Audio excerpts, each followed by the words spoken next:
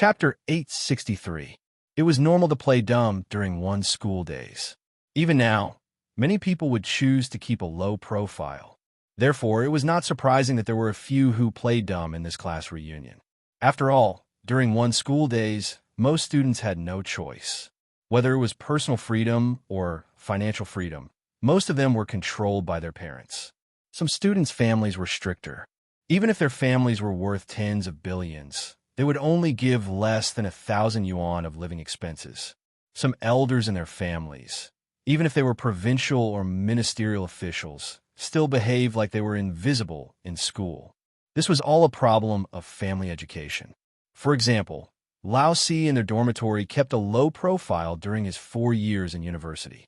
Only after he graduated did he realize that he was a super rich second generation.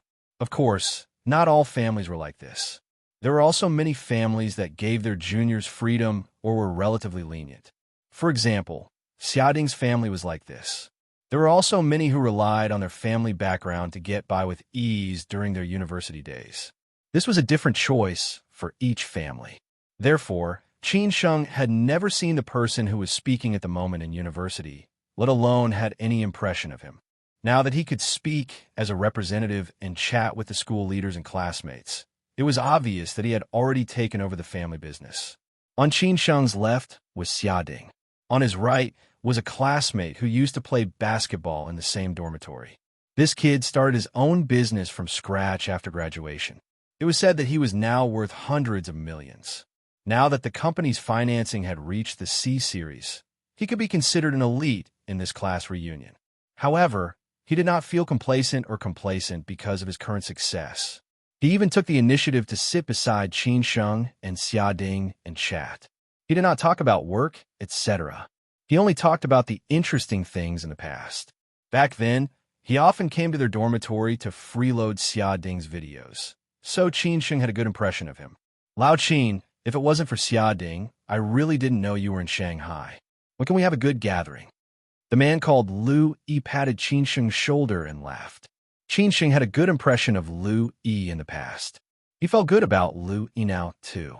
He said casually, "Sure, as long as I'm in Shanghai, any time is fine. I'm just afraid that you, as the CEO, don't have time." "That's right, Lu Yi, you're the CEO now. Who knows, maybe one day your company will be listed and you'll be worth tens of billions. Maybe you'll be the representative of the next class reunion. We'll have to suck up to you." Xiaoding had met Lu Yi a few times. Lu Yi laughed and scolded him. 10 billion my ass. It's not easy to start a business. Nowadays, the streets are full of CEOs. Tomorrow, they might sweep the streets. If my Series C can't be financed, I'll go bankrupt in a few days. I'm not like you, a second-generation rich kid. You eat, drink, and play every day and don't need to worry about these things. Is it really that bad? Xiaoding frowned as he listened to the dignified speech. He had a good impression of Lu Yi, and he heard that his project was not bad. If he was really short of money, he did not mind investing in it. After all, he already controlled a certain amount of finances. Lu Yi shook his head and smiled bitterly. "What do you think? Every family had its own difficulties.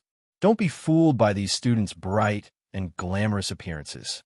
Who knew how much hardship they had to endure behind the scenes? Even a rich second generation like Xiaoding would have their own pressures to bear, let alone an entrepreneur like Lu Yi who had built his business from scratch." Just when Xiaoding was about to say that he would go to Lu Yi's company for a stroll, Qin Sheng had already taken the initiative to offer an olive branch. "If you have time, send me your company's information. I'll help you ask if there are any investment institutions interested."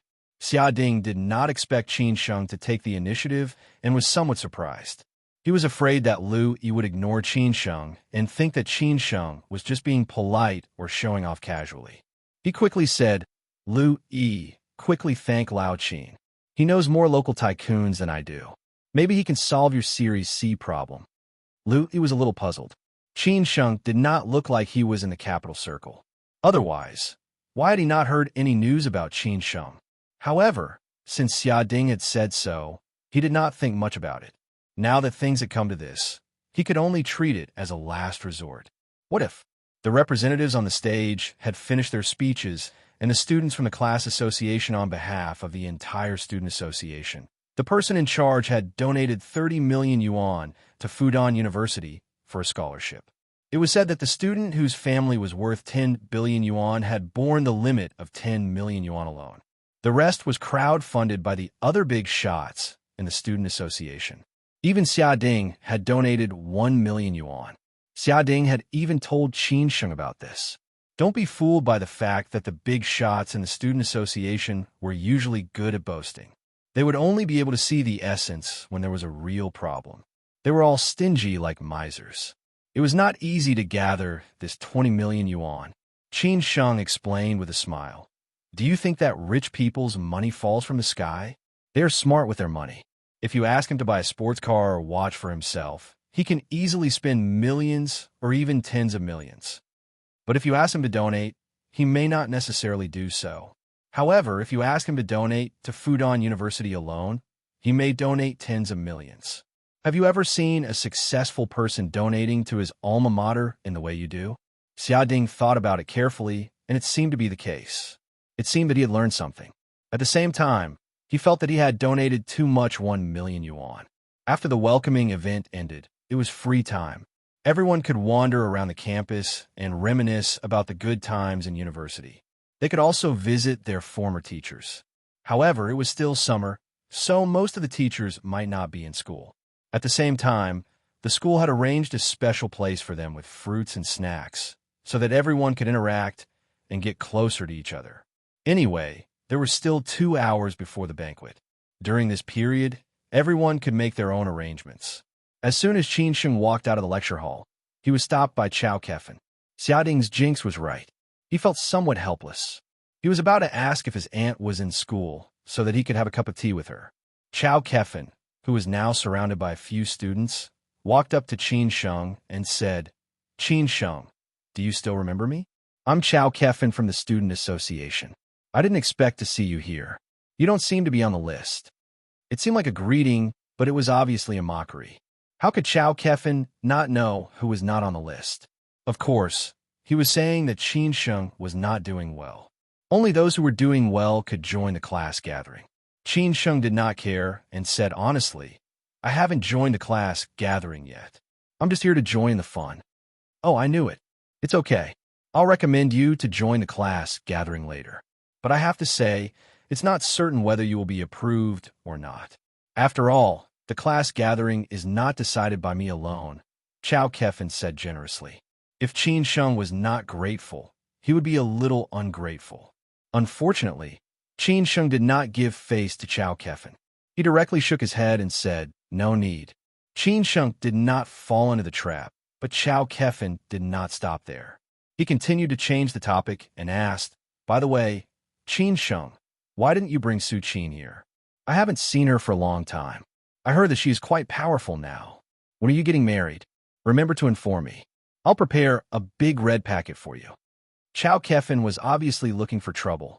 He knew that Qin Sheng and Su Qin had broken up long ago, but he still asked Qin Sheng this deliberately. Xia Ding was a little annoyed and said, Chao Kefen, what the hell do you mean? Are we very familiar with you? Being scolded by Xia Ding, Chao Kefen also felt a little embarrassed. He said, Xia Ding, who are you scolding? What's wrong with me? We're classmates. I'm just asking. Can I? You're meddling in other people's business. Obviously, neither of them was afraid of the other. Chao Kefen could become the vice president of the student union at that time. Naturally, his family background was not simple. But Xia Ding was not weak either. Moreover, he was standing up for Qin Sheng. What was there to be afraid of? Qin Sheng did not want to make things big at the class gathering. He said disapprovingly, I've broken up with Su Qin, so you don't have to give me your red packet. Oh, you broken up? Then I'm sorry.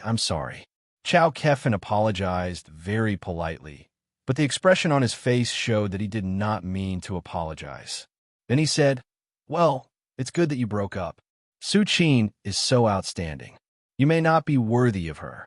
Breaking up is something that will happen sooner or later. Don't be sad. You will find a better one sooner or later. This was already a naked insult. Xia Ding could not bear it anymore. He did not want to talk to Chao Kefen at all. He wanted to directly teach this guy a lesson. However, Qin Sheng still pulled Xia Ding and said, "You don't need to worry about this. If there's nothing else, we'll leave first." This time, Chao Kefin did not stop him, and Qin Sheng did not argue with him either. They directly left with Xia Ding. After they walked far away, Chao Kefin, who was behind them, laughed out loud. This kind of humiliation gave him an unprecedented pleasure and sense of accomplishment. Qin Sheng, weren't you very powerful in school? Now that you have entered society, you still have to bow to reality. Do you dare to offend me? At the same time, Chao Kefin's friends next to him helped him. They did not know why Su Qin was so blind that she chose such a boyfriend. She really had no taste. Some people also said, Su Qin did not look for you, Lao Chao. That was her own bad luck. Some people said, I knew they would break up. Su Qin was so outstanding. What was Qin Sheng? This was the way of the circle. Sometimes, when you were in a good position, there would be people who could not wait to stand up for you without saying anything. Chao Kefin had long been used to this kind of environment. After all, these classmates who were in Shanghai still needed his help more or less. After Qin Sheng walked far away, Xia Ding could not help but say, Boss, what's going on? Why did you stop me? Qin Sheng felt it a little funny and said, Is it necessary? If I really want to deal with him, I don't need to do it here. There's so many classmates watching. As long as he does not go too far, I will let it go. But if he really goes too far, don't blame me for being rude. After Xia Ding heard that, he sighed and said, When did your temper become so good? I just want to calm down in Shanghai. There is no need to make things difficult for anyone. If I really want to make trouble, Beijing is more lively than Shanghai. Qin Sheng held his head with his hands and said with nothing to do. He thought about the disturbance with Chen Taihe a few days ago. Until now, there was no movement at all. Could it be that Chen Taihe really chose to let it go? Xia Ding was called away by a classmate who had a good relationship with him. Qin Sheng had nothing to do, so he called his small aunt. His small aunt was really in Fudan University. However, she had just come out from the principal's office. Qin Sheng smiled and said that he was also in Fudan University. Zhu Qingwen did not believe it. Qin Sheng asked his small aunt to wait there, and he would come over immediately. Zhu Qingwen waited for a few minutes in the general office building. Qin Sheng appeared in front of her. He laughed and said, Small aunt, are you surprised? Why did you come to school? Zhu Qingwen was very puzzled. Of course, she knew that Qin Sheng graduated from Fudan University. The most regretful thing was that she did not know Qin Sheng's identity when he was studying at Fudan University. If she had known, how good it would have been. Qin Sheng deliberately joked and said, If I said I came to see you, small aunt, would you believe me? Yes, yes, yes. I believe everything you say. Zhu Qingwen touched the back of Qin Sheng's head and said happily. No matter Qin Sheng or Qin Ran, no matter how old they were, they would always be children in front of her. Zhu Qingwen casually found a bench and sat down. Only then did Qin Sheng smile and explain what was going on. After listening to him, Zhu Qingwen finally understood. No wonder Qin Sheng came to look for her. Anyway, she had nothing to do with the moment, so Qin Sheng had nothing to do. Zhu Qingwen pulled Qin Sheng to sit on the bench and chatted. They talked about some trivial things in life. Most of what Qin Sheng talked about was his college life in Fudan University. Such a casual scene between Zhu Qingwen and Qin Sheng was seen by a man and a woman coming out of the general building.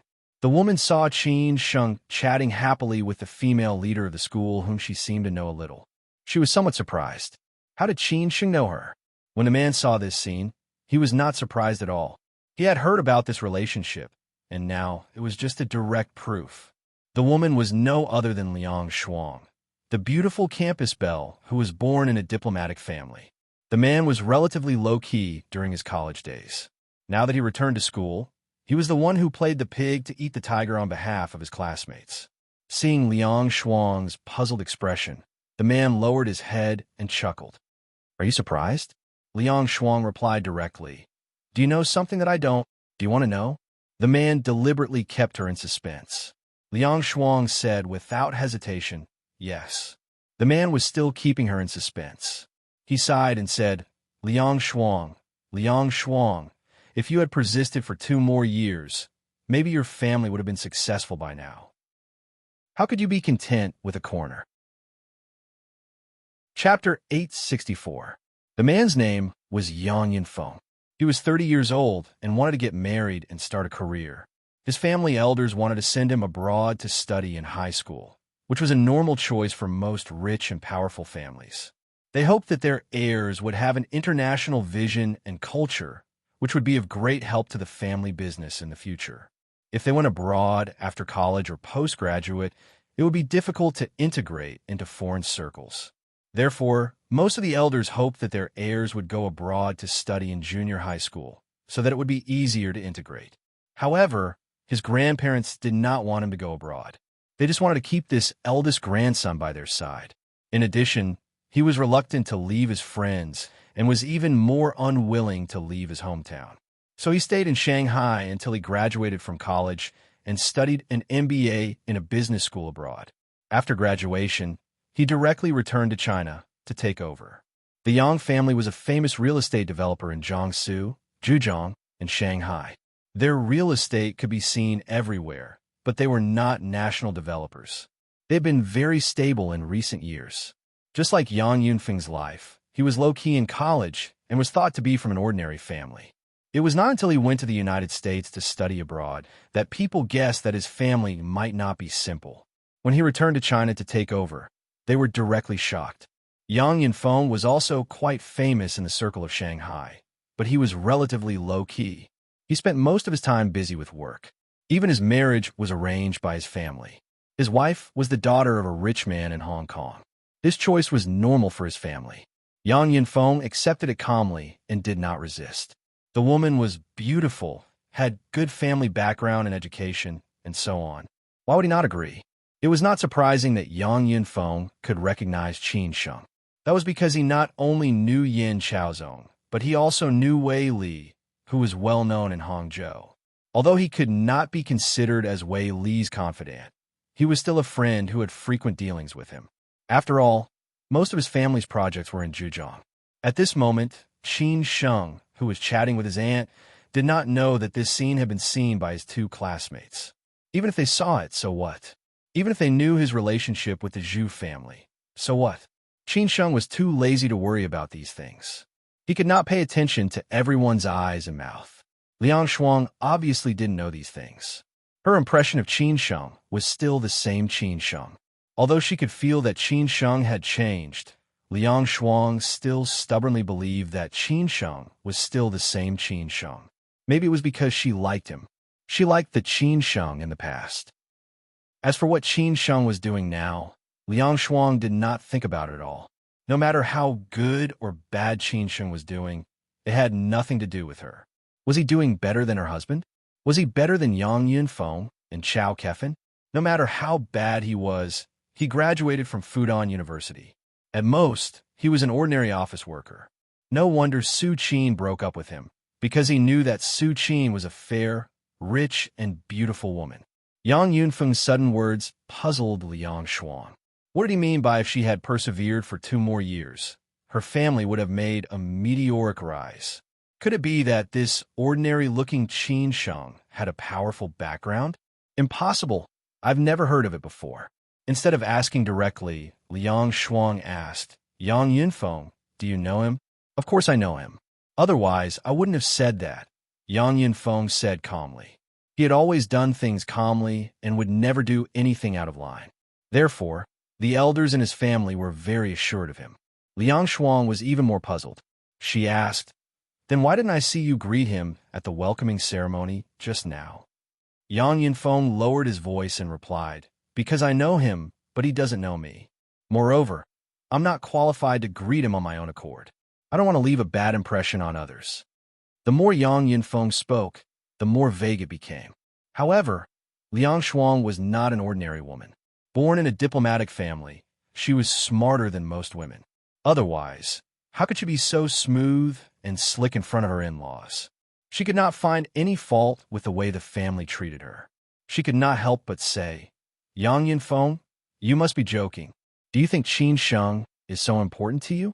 If you're not qualified, who is? If he's really so powerful, why haven't I heard any news about him? Is Su Qin willing to give up on him? There are many things I don't know, but I only know the facts I know. Since you still don't understand, then I'll make it clear. You must know the background of that professor, right? Yang Yinfeng did not think it was a secret. He just took it as an interesting thing to chat with Liang Shuang. After all, he was very close to Liang Shuang. After all, he and Liang Shuang's husband were bad friends. Liang Shuang said thoughtfully, I didn't know when I was in school. Later, I heard it from the elders of my family. Yang Yinfeng said slowly, I know better than you that our professor's husband is the leader of this city. Our old man is his friend, not to mention our professor's father who has passed away and her brother who is at the peak of his career. Yang Yinfeng said slowly. Liang Shuang knew something and didn't, but she said disdainfully, what does it have to do with Qin Sheng? Why not? Yang Yinfeng did not know whether Liang Shuang did it on purpose or not. He smiled and said, then do you know what's the relationship between Qin Sheng and this professor? After waiting for so long, he finally got to the point. Liang Shuang asked unhurriedly, what's the relationship? Then let me tell you, our professor is Qin Sheng's aunt. Qin Sheng is our professor's nephew. Of course, they are related. Now you know, right? Yang Yinfeng kept her guessing for so long, and now he was finally willing to tell her the answer. After Liang Shuang heard it, she was stunned for a long time. After she came to her senses, she was very shocked and said, how is it possible? Yang Yinfeng, is what you said true? Yang Yinfeng was not surprised by Liang Shuang's expression. When he recognized Qin Sheng just now, he was also a little surprised. He did not expect that Qin Sheng was actually a classmate of the same grade. However, Yang Yinfeng could not find a suitable opportunity to get to know Qin Sheng because he knew that this classmate's temper was not very good. Now, there was a rumor that the disappearance of Yin Chaozong from the Yin family had something to do with this classmate. It was said that the two had been enemies for several years, but the Yin family could not do anything about this classmate now. It seemed that they had taken the initiative to make peace. What's more, when he was in Hangzhou, he heard Wei Li casually talk about other things about this classmate. It seemed that the recent unrest in Hangzhou was also related to this classmate. Yang Yinfeng did not dare to mess around with such a ruthless character. If he could not be a friend, he should not be an enemy. It's up to you whether you believe it or not. Just don't tell others that I told you this later. I can't afford to offend you. Yang Yinfeng said disapprovingly. Of course, there were many things that he did not intend to tell Liang Shuang. It was a world that Liang Shuang could not reach, and it was also a level that he could not reach. What they said today was just a coincidental interlude. Liang Shuang did not think that Yang Yinfeng was lying to her. Yang Yinfeng would not go so far as to make up such a strange and dazzling story for Qin Sheng. What's more, the atmosphere of the conversation between this professor and Qin Sheng seemed to be really intimate. If they were not relatives, Liang Shuang would almost think too much. Could it be that Qin Sheng was really as powerful as Yang Yinfeng said? Could it be that she had really missed this wonderful horse? Yang Yinfeng seemed to have guessed what Liang Shuang was thinking about. He smiled and said, if it's not yours, you can't catch it at all. If it's yours, you can't escape no matter what. If you really caught up with Qin Sheng that year, maybe your family is going through the biggest disaster now. Liang Shuang frowned and said, what do you mean? Yang Yinfeng did not explain. He just smiled and said that they should go back.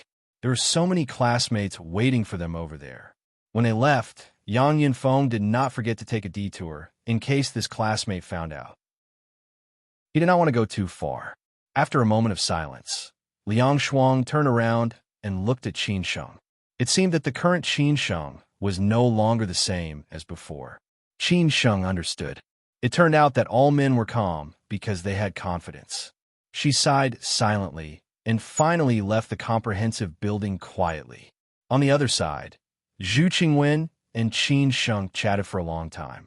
Recently, they had not seen each other often. Most of the time, there were other people around. Every time they talked, it was about business. They had never chatted so casually like today. It was really like a small aunt and a nephew chatting here.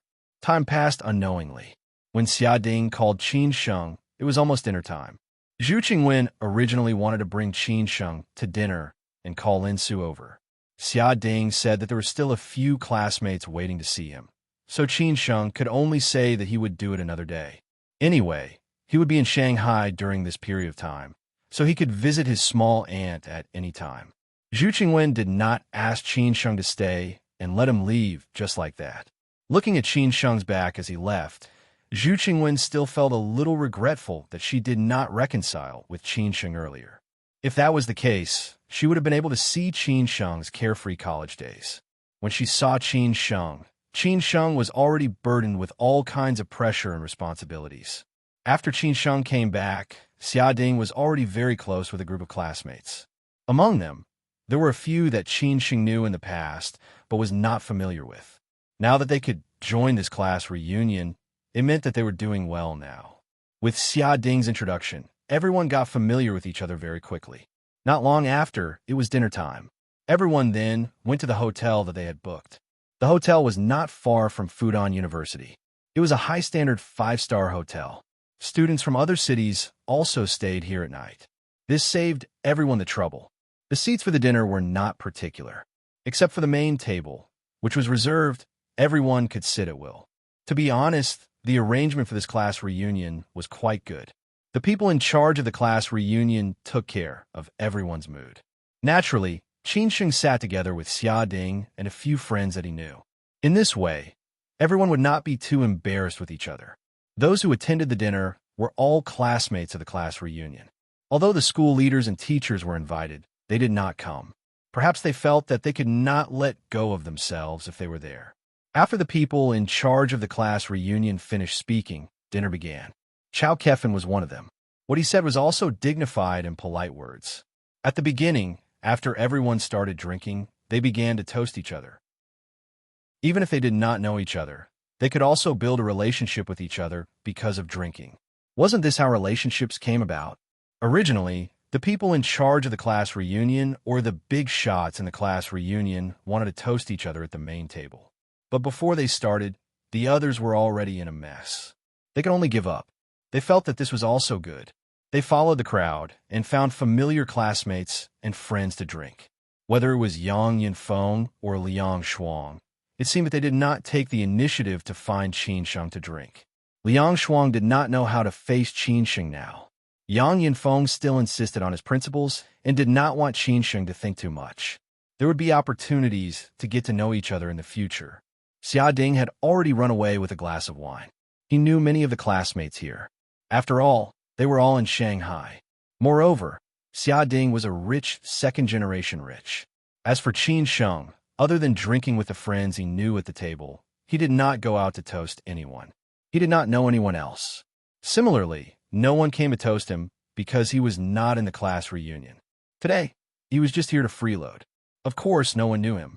Qin Sheng was in a good mood at this time. It was quite interesting to talk with these friends he knew in the past. It was just that everyone would ask about him and Su Qin. This made Qin Sheng unable to escape it all. He could only answer every time. He originally thought that the class reunion would be over after drinking. Who knew that there were two pairs of eyes staring at him in this dinner party? One was his rival in love, Chao Kefan, who had once pursued Su Qin. The other was Yu Hai, who he had beaten up before. After 3 rounds of drinking, when everyone was almost drunk, the two of them whispered a few words to each other and walked to Qin Sheng's table at the same time with their wine glasses. Chapter 865. Although the so-called class reunion was just a gathering of students who were doing well in society, this was the reality of society. Who didn't enter society like this? How could it be like when they were in school without thinking too much? Qin Sheng had graduated for so many years and had been struggling in the society for so many years. How could he not know? How could he not understand? In order to live, if one wanted to gain a lot, he would naturally lose a lot. Because everyone wanted to live a better life. Even if not for themselves, they had to do it for their family, right? Therefore, he did not think too much about these things. This class reunion was quite interesting. At least he could meet these old friends, talk about the stories of these old friends, and reminisce about those good times. Now that he was burdened with pressure and responsibility, Qin Sheng was still quite happy. It was so easy for him. However, there would always be flies who did not like you and wanted to find trouble with you. Otherwise, they would not be able to prove their existence. Chao Kefan and Yu Hai were such flies. It was not easy for them to meet Qin Sheng. Now that they were doing well, how could they miss such an opportunity? An opponent who could not even get into the class reunion and whom they had not heard from for years was not a challenge to them at all. Therefore, they came to court death. They could not blame others for this. It was their fault for not being at a high enough level. If they were at Yang Yunfeng's level, they would not court death like this. It was estimated that when they saw Qin Sheng, they would either try their best to get close to him or they would keep a respectful distance from him, knowing their limits. Qin Sheng came here with Xiading. If it was only Yu Hai, he would not have the confidence to fall out with Qin Sheng. After all, Xiading's family background was not simple, and he was quite popular in the class reunion. There was no need to fight over this. After all, he relied on his girlfriend's family to gain a foothold in this city. That was how he got into the class reunion.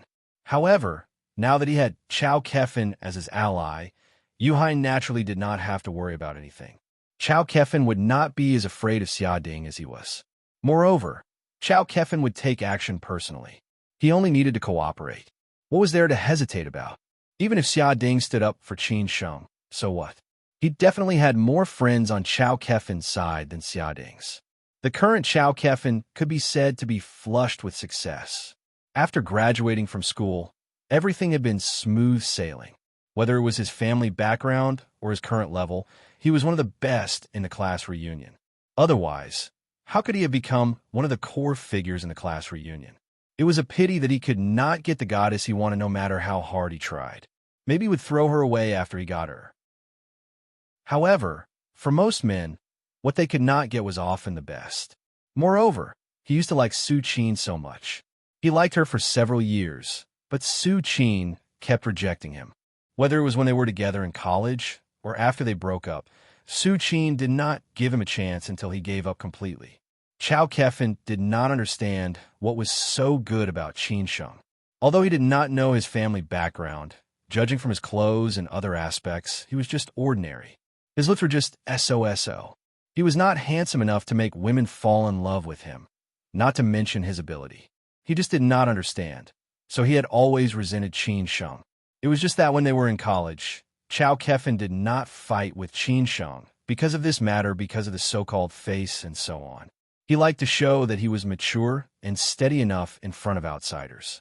If he took revenge on Qin Sheng because of this matter, it would be too low. It would affect the teachers' and classmates' impression of him. This would not make up for the loss. However, it was different now. He did not need to worry about this anymore. Moreover, Qin Sheng was in such a terrible situation now, while he was so famous. It was not easy to get such an opportunity. How could he miss it? Therefore, Chao Kefin and Yu Hai hit it off and began their journey of courting death. At the table where Qin Sheng was sitting, except for the two classmates who had not come back yet after toasting, the others had already come back. Everyone was talking and laughing, talking about interesting trivia in life, or showing off their wealth, and so on. Wasn't it like this when one drank too much? He always wanted to show off something in front of his classmates, whether it was money, status, women, or resources and connections. Otherwise, how could he prove that he was doing better? Xiaoding had not come back yet. Sitting next to Qin Sheng was a student from the School of Economics and Management in the past. Now he was working in a quite famous private equity company and was already in charge of a fund independently. This kind of achievement was not low among the classmates. Back then, Qin Sheng often went to the School of Economics and Management to attend classes. Gradually, he got to know this top student from the School of Economics and Management. Originally, he thought that this guy would definitely enter the 4 big banks after graduation. He did not expect that he would eventually go on the road of private equity. Qin Sheng was not a stranger to private equity. If it was in the past, Qin Sheng might be quite interested.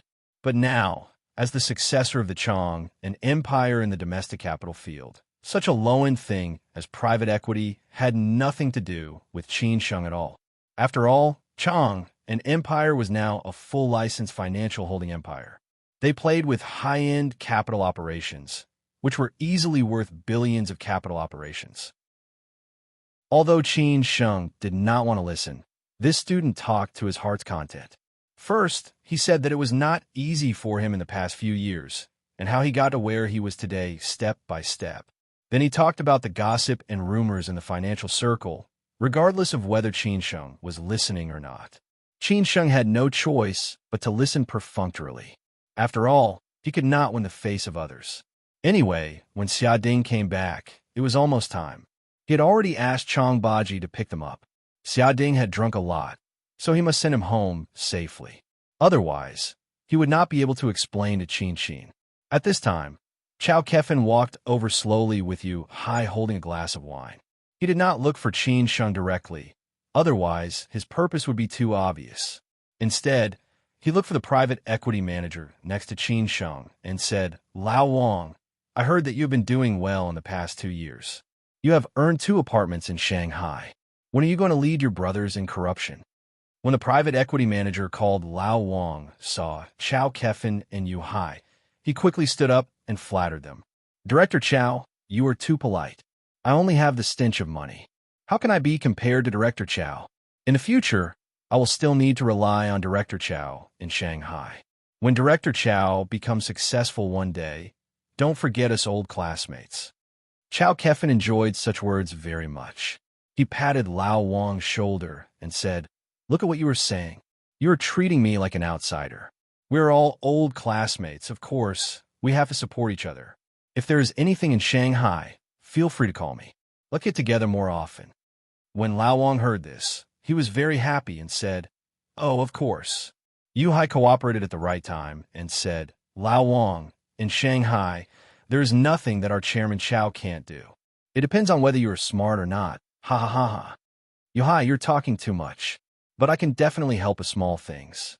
Chao Kefin first stared at Yu Hai, then followed up and said, Okay. Let's not talk about these empty words. We are all classmates. Come on, let's drink." They clinked their glasses and said some polite words. After flattering each other and greeting each other, Chao Kefin and Yu Hai looked at each other and looked at Qin Sheng. Chao Kefin thought for a few seconds and said loudly, "Qin Sheng, I really did not expect to see you at this class reunion. Why haven't I heard any news about you in the past few years?" Qin Sheng was not surprised that Chao Kefin was looking for him. When Chao Kefin and Yu Hai walked over, he knew that these two were definitely up to no good, because there must be something wrong when something abnormal happened. How could there be anything good when these two were together? When Chao Kefin looked for Lao Wang immediately stood up for fear that Chao Kefin would be angry if he was 2 seconds late. However, when Chao Kefin looked for Qin Sheng did not have any intention of standing up. This made Chao Kefin and Yu Hai somewhat dissatisfied. Qin Sheng did not stay silent. He just smiled and said, "I am not doing well, so I am embarrassed to contact my classmates. Unlike you." Although Qin Sheng did not stand up, Chao Kefin still restrained himself and said, Hey, Qin Sheng, don't be modest. I believe that the boyfriend that Su Qin chose back then, how could he not be doing well? Su Qin even rejected me. You must have made a meteoric rise and are unwilling to contact us, your old classmates." Qin Sheng was a little worried because of Su Qin. He hoped that everything would go well for Su Qin, but it seemed that she was not doing well, which made Qin Sheng a little worried. So he did not want others to talk about Su Qin. This afternoon, when Chao Kefin talked about Su Qin, Qin Sheng was already very unhappy. Now he used Su Qin to annoy him. How could Qin Sheng bear it? Whether I'm doing well or not, it has nothing to do with Su Qin. What does it have to do with me? Qin Sheng was very unhappy. Obviously, Qin Sheng was not happy. Chao Kefin hoped that Qin Sheng would be like this. The angrier Qin Sheng was, the more he would feel a sense of accomplishment. So he said, Oh, that's right. If you're doing well, you will not come to the class gathering. We will definitely take the initiative to invite you. Ha ha ha. At this time, the atmosphere of the conversation between the two was already very intense. Anyone could hear that some people knew what had happened in the past, but most people did not know, so they did not understand. Qin Sheng sneered and said, So you mean that if you're not doing well, you should not have classmates? Seeing that Qin Sheng was so arrogant, Yu Hai said angrily, Qin Sheng, what do you mean? President Chao is talking to you. What kind of attitude is that? Do you really think that you are a big shot? Qin Sheng chuckled and said, I am just a name. I'm not a big shot. Big shots are all people like you who are doing well. Who asked me to be not doing well? If you're not doing well, you still have the face to attend the class gathering. Why? If you want to build a relationship with these classmates, you should look in the mirror and see if you have the ability to do so. Yuhai retorted very bluntly. His words were even more direct than Chow Kefen's. The atmosphere here had already made people feel nervous. The others at the table looked at each other and did not know what was going on. Why did the conversation become like this? Some people wanted to help Chow Kefen. Some also felt that Qin Sheng's attitude was a bit bad. This was President Chow, Division Chief Chow. His future was bright. It was not good to offend him. Of course, there were also people who wanted to persuade Qin Sheng. Qin Sheng still sat in the same way. He was too lazy to say anything to Yuhai. He was just a small character. It was not enough to make him fly into a rage. Chow Kefen said, Yuhai, listen what you said. We are all classmates. There is no such thing as doing well or not doing well. Don't let other students see you as a joke. President is right. It's my fault, Yuhai said in a low voice. But the way he looked at Qin Sheng was still very unfriendly. After Chow Kefen scolded Yuhai, he looked at Qin Sheng again and said, Qin Sheng, no matter whether you're doing well or not now, I hope you will do well in the future. Otherwise, I really feel sorry for Su Qin. Why did she choose you that year? Don't let me down. Let's not talk about this. Come on, let's have a drink. After that, Chow Kefen poured a glass of wine for himself and filled up Qin Sheng's glass.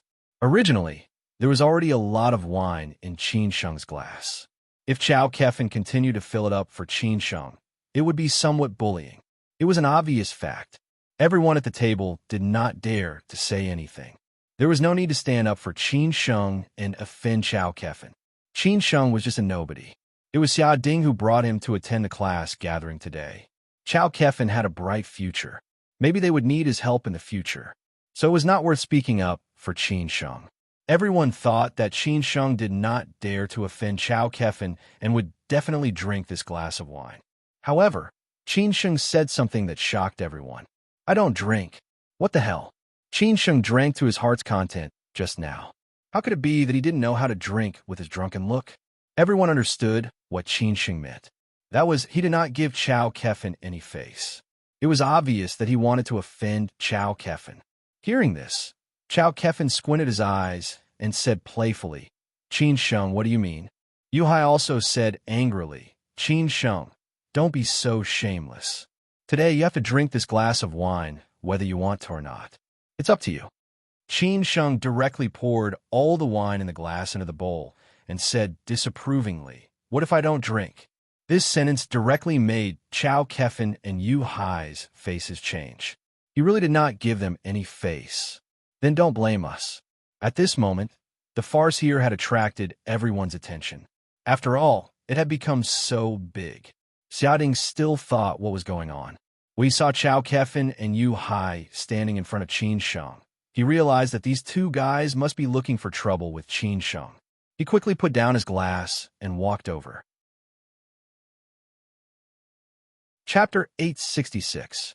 Are we familiar with each other? Yang Yinfeng didn't drink much.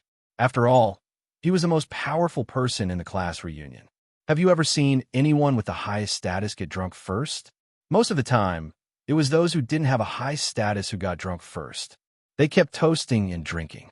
After a few rounds, they were almost drunk. After all, no one was born a drunkard who didn't get drunk. Except for Yang Yinfeng, who drank 2 glasses with a few people at the main table. Others came over to toast him. Even if they were toasting, Yang Yinfeng only pointed to the right spot, but others had to drink it all. How could they get drunk? The others at the main table went out to toast each table, but Yang Yinfeng didn't mean to do so at all. He said that he didn't want to disturb everyone's interest. After all, he was not familiar with them. He was too low-key in college, much more low-key than Yu Kefi, who was a local tyrant in Nanjing. He had no sense of existence at all in college. As for Liang Shuang, she was a female classmate after all. Although she was very famous in college, it was impossible for them to compete with her in drinking. They just chatted with each other. Even so, Liang Shuang was still a little drunk. She usually drank some red wine at most. The people at the main table were the core members of the student union. who were also the best. Such a big movement naturally attracted their attention. Everyone looked at each other and didn't know what was going on. The most important thing was that Chao Kefin was there. Everyone was ready to get up and see what was going on. Someone saw that Qin Sheng and Chao Kefin had a conflict and couldn't help muttering, "Why is Qin Sheng fighting with Chao Kefin? He didn't seem to join our class reunion. Who brought him in?" There were also some who subconsciously stood on Chao Kefin's side and shouted, "If he's not from our student union, just drive him out." Just when everyone was about to get up and stand up, Yang Yunfeng didn't want the class reunion to fall apart because of this matter. He stood up directly and said, "If you listen to my advice and don't want to get yourself into trouble, sit here obediently today. Even if there's a fight over there, don't go and join in the fun." "Brother Yang, what do you mean?" someone asked in confusion. At this time, Liang Shuang had already stood up. She sized up the crowd and chuckled. "Yang Yunfeng is doing this for your own good. Listen to his advice and eat your fill.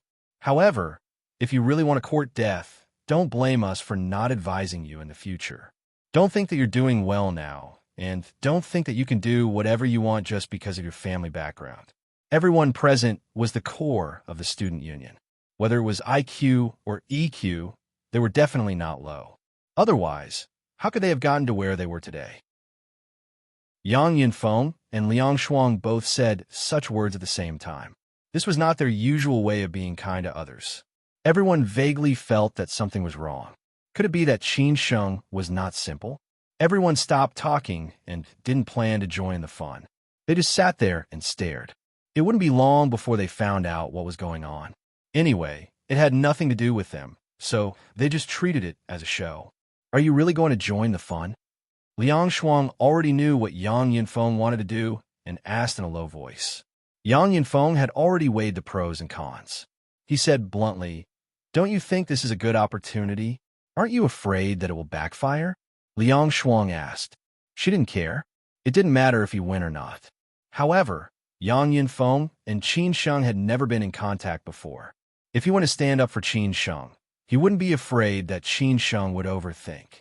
Qin Sheng could hide so deeply, it could be seen that he was not simple.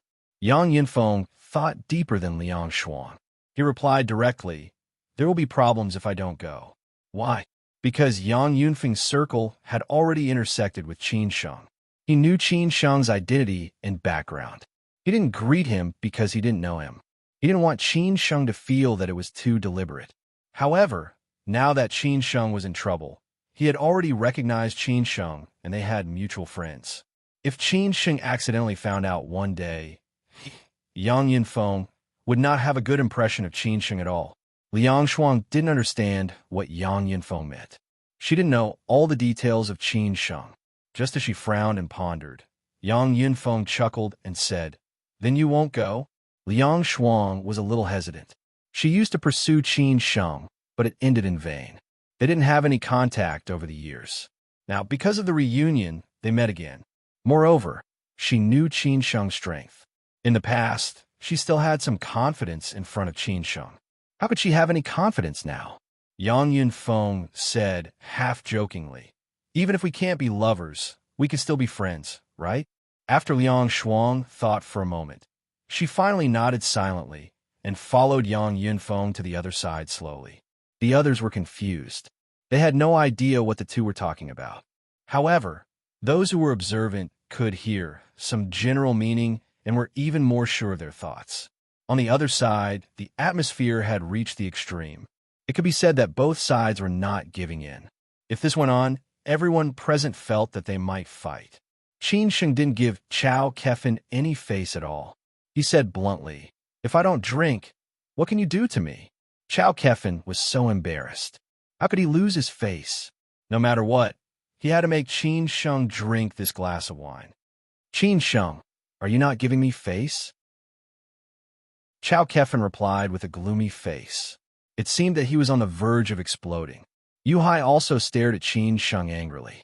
Qin Sheng was still so calm. He didn't take them seriously at all. He said disdainfully, "Why should I give you face? Are we that close?" It was the same words again. Qin Sheng directly refuted Chao Kefin until he was expressionless. The others also began to criticize Qin Sheng one after another. They felt that Qin Sheng was a little too much. It seemed that they were all standing on Chao Kefen's side. Who asked Chao Kefen to be doing well? If Qin Sheng was doing well, it might be a different scene. This was the reality of society, the complexity of people's hearts. Yuhai took 2 steps forward and directly threatened. Qin Sheng, don't go too far. Be careful, trouble comes from the mouth. Qin Sheng was a little bored. What was the point of arguing with them? He did not respond. It was almost time to leave. If they really dared to stop him, they should not blame him for fighting. Chao Kefen wanted to say a few words, but Xia Ding had already rushed over. He directly pushed Yuhai, who was in front of Qin Sheng, and said, Yuhai, who the F***CK do you think you are? How dare you speak here? Why? Are you looking for trouble? Both Yuhai and Chao Kefen were not surprised to see Xia Ding rushing out. They had originally counted Xia Ding in. Chao Kefen thought that Xia Ding would not dare to offend him.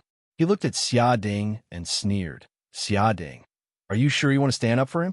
Who knew that Xia Ding would be so hot-tempered? He directly scolded, F***CKU. Who the F***CK do you think you are? How dare you show off here? Believe it or not, I will kill you. Xia Ding was also drunk. That was why he was so hot-tempered. If it was a normal day, he would not be like this. Moreover, Qin Sheng had been under a lot of pressure recently. It was not easy for him to come back to Shanghai to relax, but he encountered such a disgusting thing. How could he bear it? No one expected that Xia Ding would be even more arrogant than Qin Sheng. He directly scolded. This was the rhythm of a fight. The whole class reunion was already in chaos. Everyone gathered here. When Yuhai heard Xia Ding's words, he flew into a rage. He directly rushed up and wanted to beat Chao Kefen up. At this critical moment, he had to show his loyalty. Otherwise, how could he get closer to Chao Kefen in the future? However, he was stopped by Chao Kefen. Chao Kefen asked in surprise, Xia Ding, you are courting death. Do you know what you are saying? Hey, what, are you threatening me? I'm not afraid. Who the F***CK do you think you are? Others flatter you a little, and you really think you can go to heaven? Xia Ding retorted mercilessly. Chao Kefen's patience had reached the limit. He said fiercely, Xia Ding, this is Shanghai. Don't blame me for not reminding you. This time, before Xia Ding said anything, Qin Sheng stood up happily and said, Oh, this is Shanghai. From what you said, you want us to be careful in Shanghai. Qin Sheng, if you admit your mistake and apologize to me now, I may consider forgiving you. But if you don't know what's good for you, don't blame me for not giving you a chance today. Chao Kefen was very unhappy. He was very unhappy. In fact, even if Qin Sheng apologized today, he would not forgive Qin Sheng. He would definitely take revenge. When had he been slapped in the face like this? Moreover, it was a so-called classmate who was not doing well. When Qin Sheng heard this, he shrugged and said, whatever. After that, Qin Sheng was too lazy to care about Chao Kefen and Yuhai anymore. He shouted to Xia Ding that it was time for Lao San to go, and then prepared to leave directly. At this time, Yang Yinfeng and Liang Shuang finally appeared. He intentionally or unintentionally blocked Qin Sheng's way, but said to Chao Kefen and the others, Chao Kefen, what's going on? Chao Kefen was about to explain what was going on, but Yang Yinfeng did not give Chao Kefen any chance at all. He directly reprimanded, Chao Kefen, you are too arrogant. Quickly apologize to Qin Sheng.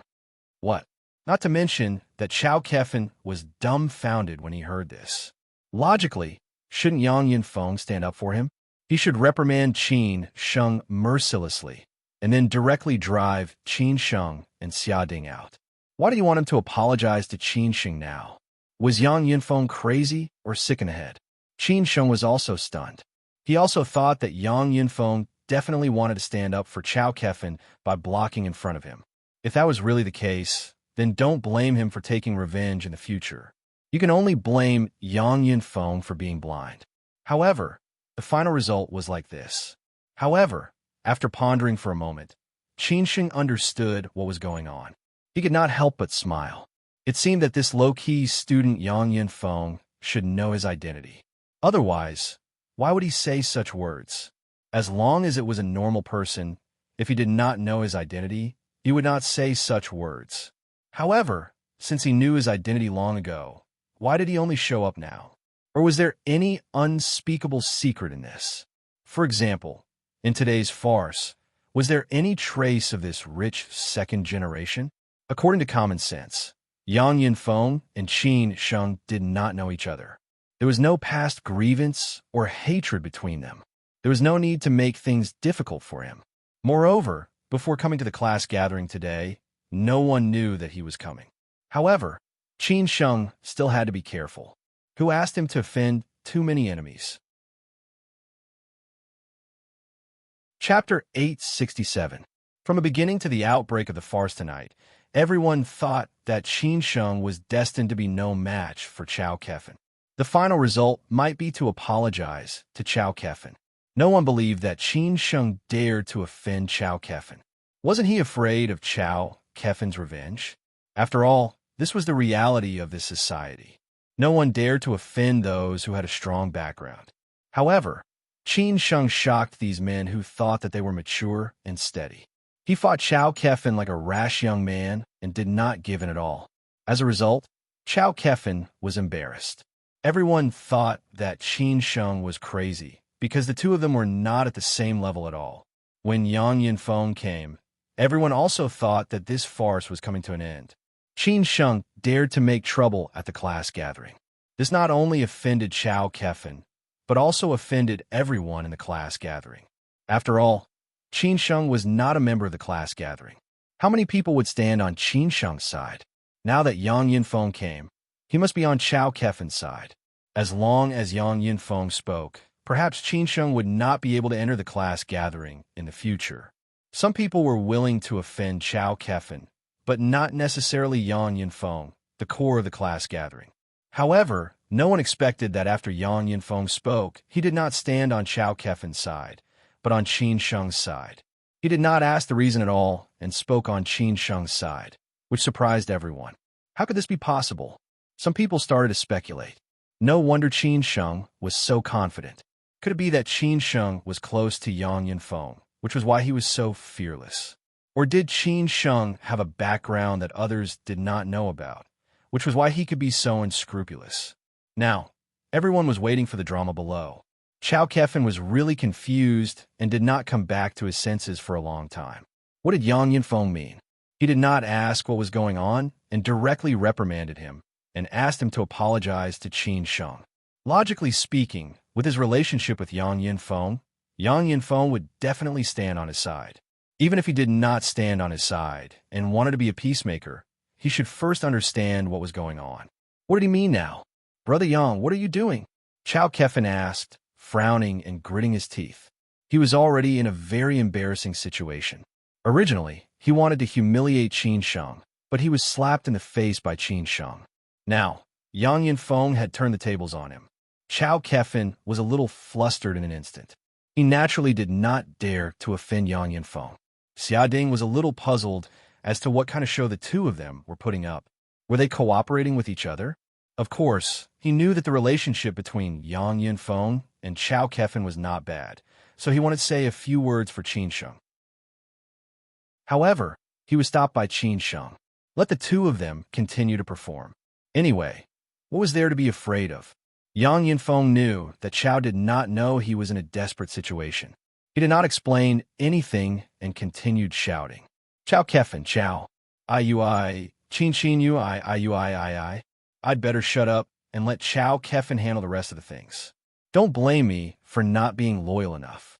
At this moment, Chao Kefen was full of resentment and anger, not only for Qin Sheng, but also for Yang Yinfeng, the big boss of the class. He did not expect that Yang Yinfeng would stand up for Qin Sheng and suppress him. Now he even asked him to apologize to Qin Sheng. If he apologized, he would not be able to raise his head in front of Qin Sheng and the class in the future. He would lose face and dignity. For a proud person like him, this was definitely more uncomfortable than killing him.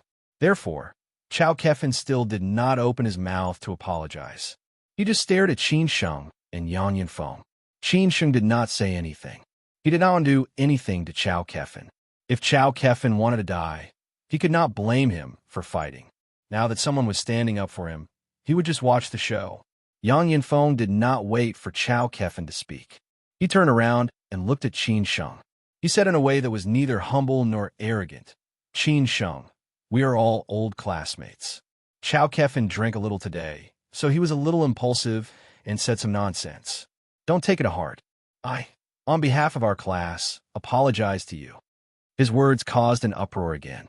They had never seen Yang Yinfeng speak so politely. Moreover, in such an environment, he personally represented the class to represent Qin Sheng. What on earth was going on? Qin Sheng was in a pretty good mood today. If he was in a bad mood in the past, he would not have given Yang Yinfeng a chance to speak at all. When Chao Kefan was courting death just now, he could have already killed Chao Kefan hundreds of times. Even if Yang Yinfeng spoke now, Qin Sheng might not give Yang Yinfeng any face at all. However, Qin Sheng was in a good mood today. He did not want to leave an impression of being domineering in front of his classmates. He had already planned to deal with Chao Kefan when he left just now. Chao Kefan might continue to make trouble for him. It was not too late to deal with him later. Now that Yang Yinfeng spoke, not only on behalf of himself, but also on behalf of the class, Qin Sheng naturally had to give him face. He could only reply with a smile. "Ha ha, it's just a misunderstanding. Lao Yang, don't take it to heart. As long as he apologizes, I will pretend that nothing happened." Tut tut tut. When everyone heard this, they only felt that Qin Sheng was really arrogant. However, they also found that the situation had already changed. Just now, Chao Kefan asked Qin Sheng to apologize to him. Now, Chao Kefan wanted to apologize to Qin Sheng. This change happened so fast. What Yang Yinfeng was most afraid of was that Qin Sheng would not give him face and wanted to make things worse or put Chao Kefan to death. He did not expect Qin Sheng to be so polite. Hence, without hesitation, he turned his head to look at Chao Kefan and almost roared, "Chao Kefan, I will give you one last chance. Apologize to Qin Sheng." Yang Yinfeng was really angry. He was definitely doing this for Chao Kefan. However, Chao Kefan, this idiot, could not let go of his face. Yin Chaozong was a living example of whether face or life was more important. Chao Kefan was still hesitating. He was thinking whether face was more important or if it was more important to completely offend Yang Yinfeng for this matter. In the future, not to mention mingling in the class reunion, even if it was in Shanghai, Yang Yinfeng might also make trouble for him. Who asked him to be at a different level from Yang Yinfeng? Liang Shuang, who had been silent all this while, really could not stand it anymore. After all, Chao Kefan was usually considered a good person. Whether it was to friends or classmates, his reputation was quite good. It was just that sometimes he was too conceited or petty, which led to today's matter. Liang Shuang took the risk of offending Qin Sheng and whispered in Chao Kefan's ear, "Yang Yinfeng is doing this for your own good. You will know in the future." Chao Kefan did not understand what Liang Shuang meant, but he could also guess what she wanted to say. Was it really as he had guessed, that Qin Sheng really had a big background that even he did not know? That was why Qin Sheng dared to be so presumptuous tonight. That was why Yang Yinfeng said such words, because Yang Yinfeng also did not dare to offend Qin Sheng. Thinking of these possibilities, Chao Kefan finally lowered his arrogant head and apologized to Qin Sheng completely. "Qin Sheng, I drank too much tonight and was a little impulsive. I hope you will not take it to heart for the sake of old classmates." At this point, this farce could be considered to have come to an end. That was, Chao Kefan was defeated, and Qin Sheng had the last laugh in the end. Qin Sheng replied lightly, "It's okay, we are all classmates. We are all classmates." After saying this, there was no need for Qin Sheng to continue to stay here. He said to everyone very politely, "Everyone, I am sorry for spoiling your fun tonight. I am here to apologize to everyone. I will also leave first. Everyone, please continue. Let's get together again if there is a chance." After saying this, Qin Sheng turned around and walked straight out with Xiading. Yang Yinfeng and Liang Shuang looked at each other for a while and finally followed them out. Some things had to be done perfectly, otherwise, it would be a little troublesome to explain later if Qin Sheng was left with doubts in his heart. When Yang Yinfeng left, he did not forget to stare fiercely at Chow Kefin a few times. He was really courting death. Fortunately, he reined in his horse before the cliff. Let's see how you will thank me in the future. Chow Kefin sat on the chair with incomparable disappointment. In the end, he poured himself a glass of wine, raised his head, and drank it in one gulp. All the face he had in front of his classmates was completely lost today. He felt that he had lost a lot of things in an instant, but he still did not understand why. He just wanted to know the truth. Therefore, after a few minutes of reflection, Chow Kefin also chased after them. When Qin Sheng and Xia Ding just walked to the door of the hotel, Yang Yinfeng and Liang Shuang had already chased after them. At this time, Chang Baji and the others had not yet arrived. Naturally, Qin Sheng could not avoid them and also wanted to find out what they wanted to do. Therefore, Qin Sheng glanced at Xia Ding. Xia Ding was very sensible and went not far away to smoke. He also called his wife while he was at it. Yang Yinfeng said directly, I really did not expect that young Master Qin would be our classmate from Fudan University. It seems that you know my identity. Qin Sheng was no longer as calm as before. At this moment, he fully released his aura. There was a kind of overwhelming aura that made Yang Yinfeng and Liang Shuang a little breathless. This seemed to be the most real Qin Sheng. Yang Yinfeng and Liang Shuang could not help but be a little nervous. Yang Yinfeng took a few deep breaths and said, I heard it from my friend before. Recently, I heard it from Wei Li in Hangzhou. Wei Li and you should be classmates of Tsinghua University's Economics and Management Seminar. I have a good relationship with him. Every time he comes to Shanghai, he will find me. Oh, it turns out that you know Wei Li. No wonder. Qin Sheng asked meaningfully. Since you know my identity, why didn't you greet me earlier? Why did you only show up just now? Yang Yinfeng did not hide this point. He said honestly, I am a more cautious person. I will not rashly take the initiative because I am afraid that Qin Sheng will think too much. If Wei Li was here to introduce me, I would be very happy to make a friend like young Master Qin. After all, we are classmates from Fudan University. Yang Yunfeng's explanation was reasonable and not far-fetched. If he really lied to Qin Sheng, as long as Qin Sheng called Wei Li later, he would be able to figure out what was going on. After all, Yang Yinfeng said that he had a good relationship with Wei Li. Ha! Yinfeng, your character is not like Uncle Yang. I met Uncle Yang at Uncle Wu's house last time. He was very bold and generous, Qin Sheng said with a smile. He had already sorted out the line tonight. He felt that Yang Yunfeng's appearance at the end had considered all aspects of factors, whether it was for him or for Chow Kefin and his classmates. He had made a balance, so he would joke like this. Yang Yinfeng was not surprised that Qin Sheng had met his father. He just replied, My character is like my mother's, but this is also good. You can be liked in front of the elders. No wonder you can be the best among our classmates, Qin Sheng said with a smile, which could be considered as affirming Yang Yunfeng's ability, and so on. Yang Yinfeng replied politely, It's just a higher starting point. If it were other classmates, their achievements might not be lower than mine. Qin Sheng nodded with a smile and said nothing more. At this time, Yang Yinfeng was a little worried about tonight's matter. After all, he did not know Qin Sheng well enough. What he knew was Qin Sheng's means in some aspects. If Chow Kefin really wanted to die, Qin Sheng could kill him in a minute. So he tentatively asked Chow Kefin's side. I'm not that stingy, Qin Sheng said casually. Yang Yinfeng let out a long breath and said, That's good. Qin Sheng did not want to say anything more to Yang Yinfeng. He turned to look at Liang Shuang, who had been standing there. Liang Shuang, who used to be a girl, was now a young woman. Her cold look was not interesting. Qin Sheng found it funny and said, When did you know? Liang Shuang said in a low voice, Just now. No wonder. I was wondering why you didn't ask me to drink tonight. Qin Sheng nodded silently and said, Why? Do you think I am not the same as before? After all, Liang Shuang and Qin Sheng had other stories.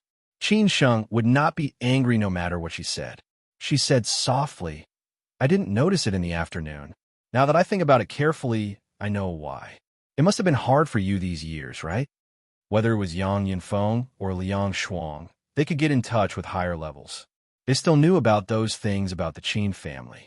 It was just that they chose to ignore it and did not ask about these things. However, the rumors were so spread.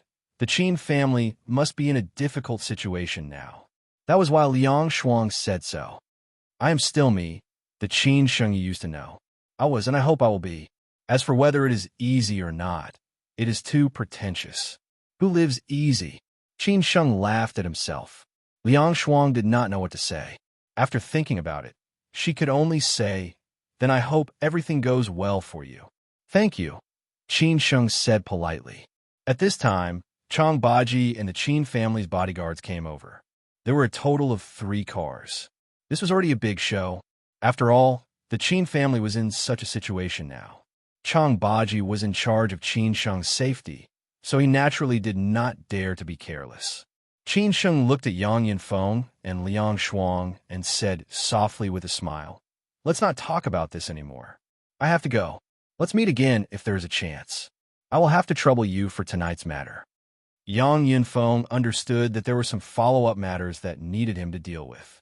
He smiled and said, "Don't worry, young Master Qin." Then, he and Liang Shuang watched Qin Sheng and Xia Ding get into the car and leave. This scene was coincidentally seen by Chao Kefen, who was chasing after them. When he saw this scene, he could not help but be a little shocked, as if he had already understood. After Qin Sheng's motorcade disappeared, Yang Yinfeng looked away and said half-jokingly, "The Qin family's young master's extravagance is really not ordinary. If you want, you can too," Liang Shuang said impatiently. Yang Yinfeng did not know why Liang Shuang was unhappy, so he could only mumble, "It is better to be low-key." When the two of them turned around and were about to go back, they saw Chao Kefen standing behind them, who was a little dazed. Yang Yinfeng stared at Chao Kefen with a very unhappy look and sneered, "This should be the closest you have ever been to death." When Chao Kefen heard this, his heart trembled a little. He asked with fear and trepidation, "Brother Yang, he is..." Yang Yinfeng directly replied without hesitation, "You are not qualified to know." Chapter 868. Chao Kefen was very surprised by Yang Yunfeng's actions tonight. He did not know why Yang Yinfeng did that. Why did he stand up for Qin Sheng instead of standing on his side? Yang Yinfeng definitely did not have any interaction with Qin Sheng. Otherwise, he would not have seen them talking before. However, Yang Yinfeng and Qin Sheng had been friends for 7 or 8 years. That should not be the case. This was also the reason why Chao Kefen had chased after them. He had to figure out what was going on. When he came out and saw Qin Sheng chatting happily with Yang Yinfeng and Liang Shuang, he had more or less confirmed his previous guess, which was that Qin Sheng's background might not be simple. Otherwise, Yang Yinfeng would be so polite and respectful to him, and Liang Shuang would be able to let go of all her pride. Because of her in-law's background, Liang Shuang did not take anyone seriously. These things were not pretended, but came from the bottom of her heart. This was how society was. Status determined everything. In the end, when Chao Kefen saw Qin Sheng get into the Bentley and watched Qin Sheng's luxurious motorcade leave, he was even more aware that Qin Sheng was really not simple. Even Yang Yinfeng did not dare to act rashly. He was really seeking his own death tonight, especially Yang Yunfeng's last 2 sentences. "This is the closest you've ever been to death. Don't you have a right to know?" The fact that these 2 sentences came out of Yang Yunfeng's mouth already showed that Qin Sheng's identity was far from what he could compare with. Therefore, Chao Kefen really broke down. Yang Yinfeng was too lazy to talk about these trivial things with Chao Kefen. If he was not convinced, he could go and find trouble with Qin Sheng. At that time, even if he died, he would not go to see Qin Sheng off.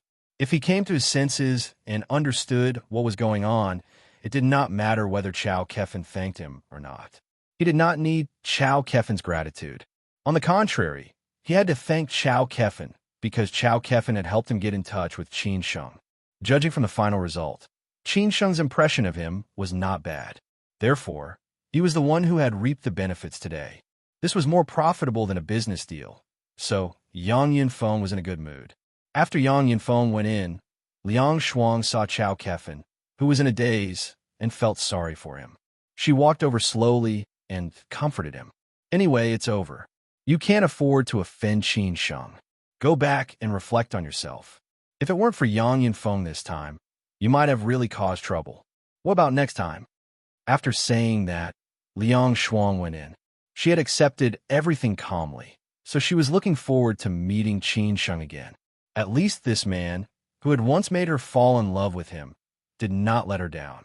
On the way back to Pudong, Xia Ding asked in confusion, "Are we really going to let it go? Did you let Chao Kefan and Yu Hai go? Then what do you want to do?" Qin Sheng squinted his eyes and replied. He really did not think much about it.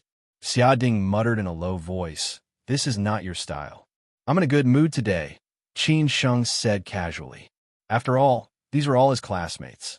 Was he really going to fight with them? In the future, he would not even have classmates anymore. Besides, he could understand Chao Kefan's motive. It was nothing more than that he had fallen in love with Su Qin in the past, but could not get her.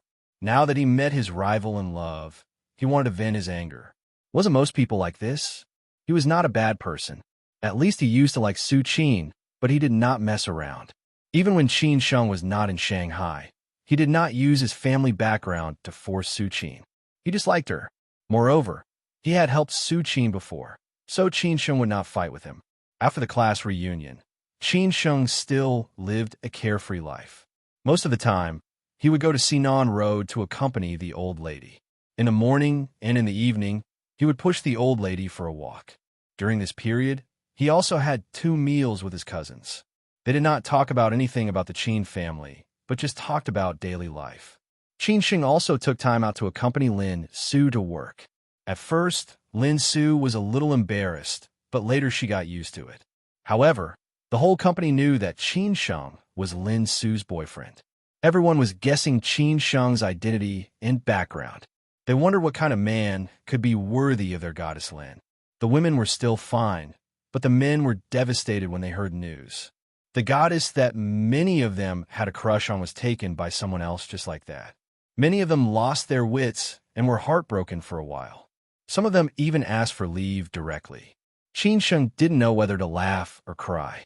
Didn't they know that every goddess had to return to being ordinary in the end? Of course, Qin Sheng also went to see Hao Lei and Han Bing.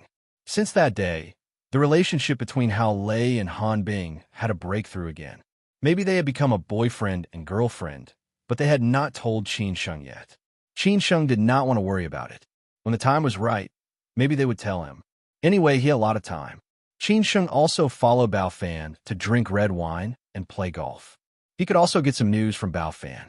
For example, the 2 men in Shenzhen and the northeast were ready to make trouble. Fortunately, Uncle Gong's son was there to suppress them. If there was no Uncle Gong's son, with the wild ambition of these people, they might not recognize him, the young master whom they had never met. Unknowingly, it was August. The biggest event of this month might be Yu Kefi's marriage. Originally, Qin Sheng and Xia Ding were the best men, but Qin Sheng did not want to show his face in public. In the end, Xia Ding was the best man, and the rest of the best men were Yu Kefi's childhood friends. But there was still half a month before the wedding, so there was no hurry. When the time came, they could go directly from Shanghai.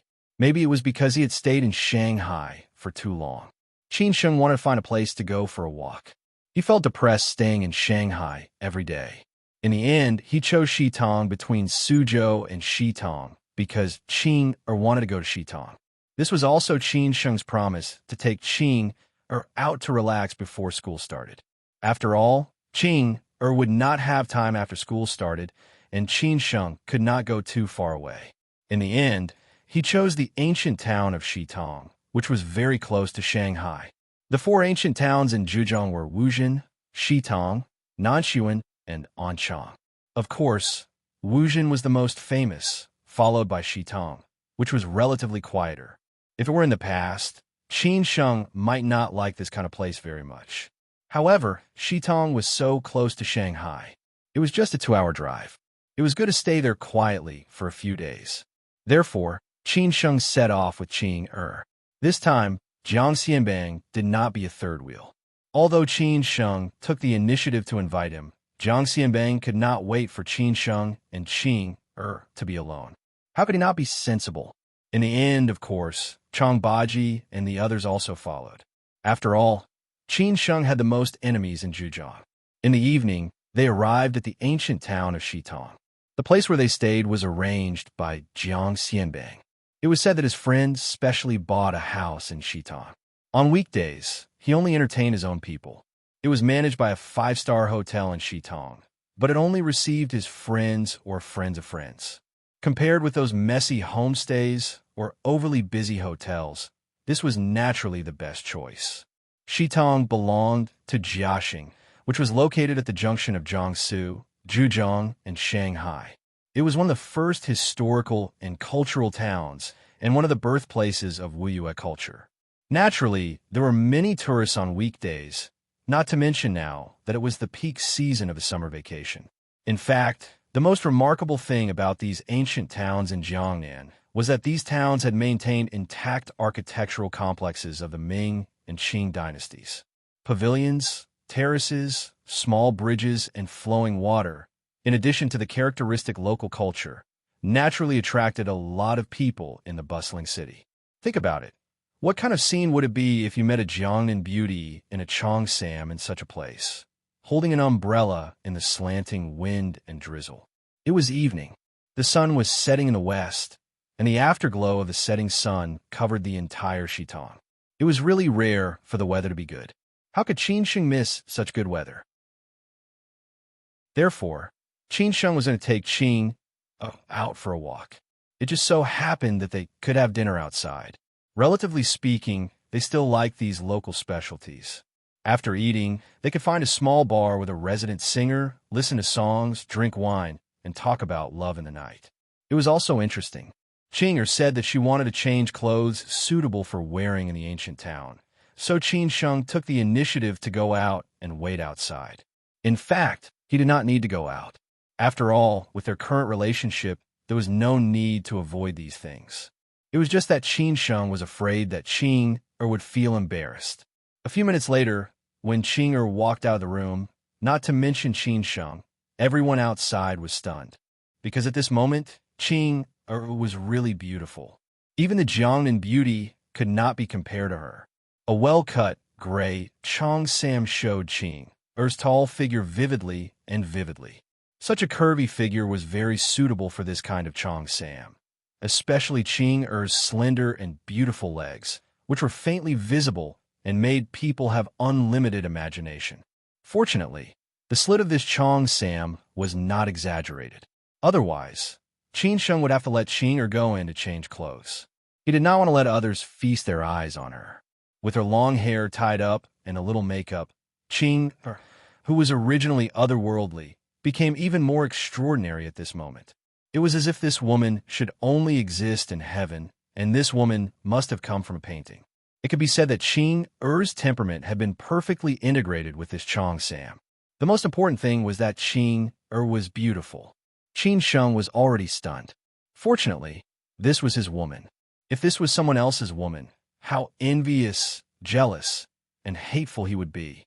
Qinger walked slowly to Qin Sheng and said a little embarrassedly, "What's wrong?" Qin Sheng hurriedly replied, awkwardly, "Nothing, nothing." He scolded himself in his heart. He was not a young man who had not seen the world for a long time. How could he be so useless? He did not even have this little self-control. Qing took the initiative to take Qin Sheng's arm and said, "Then let's go." Qin Sheng took a deep breath and was extremely proud in his heart. When Qin Sheng and Qing walked on the streets of Shitong ancient town, Zhao Anji, who was far away in Changbai Mountain, received a call from an old friend in Beijing. There was finally some movement in Beijing. Chapter 869. Another danger. It had been more than 2 months since Qin Chang'an's accident. So far, there was no news about Qin Chang'an. The Qin family and other people still didn't know where Qin Chang'an had been taken and what had happened to him. How could the Qin family not worry? But it was useless. No matter how hard they tried, they could only choose the Zhu family strategy. The reason why the Zhu family dared to ask the Qin family to wait was that they could guarantee that Qin Chang'an was still alive and everything was fine. After all, Qin Chang'an was such a famous figure. If he disappeared without a trace, It would be terrible news for many people. Now, there was finally news from Beijing, which had been silent for so long. It was already August. The weather in the south was still very hot, but Changbai Mountain was a summer resort. Zhao Anji received a call when she was jogging. Apart from Nangong, there were 2 bodyguards with her. After answering the call, Zhao Anji was very excited. After such a long time, she could finally see Qin Chang'an. As long as she could see Qin Chang'an, maybe things would turn for the better. Therefore, Zhao Anji was naturally not interested in continuing to run. She started to run along the tree-lined path at the foot of the mountain. She planned to take Qin Ran and Qin Jing back to Beijing. She would wait until they returned to Beijing and met Qin Chang'an. Moreover, she was not sure whether the news was true or not. She did not want to cause too much of a stir. Zhao Anji jogged every day, so she was quite familiar with the tree-lined path. Usually, there were not many passers-by at night. The hotel security was quite strict, so there was no danger. But today, when she answered the call and ran back, an accident happened.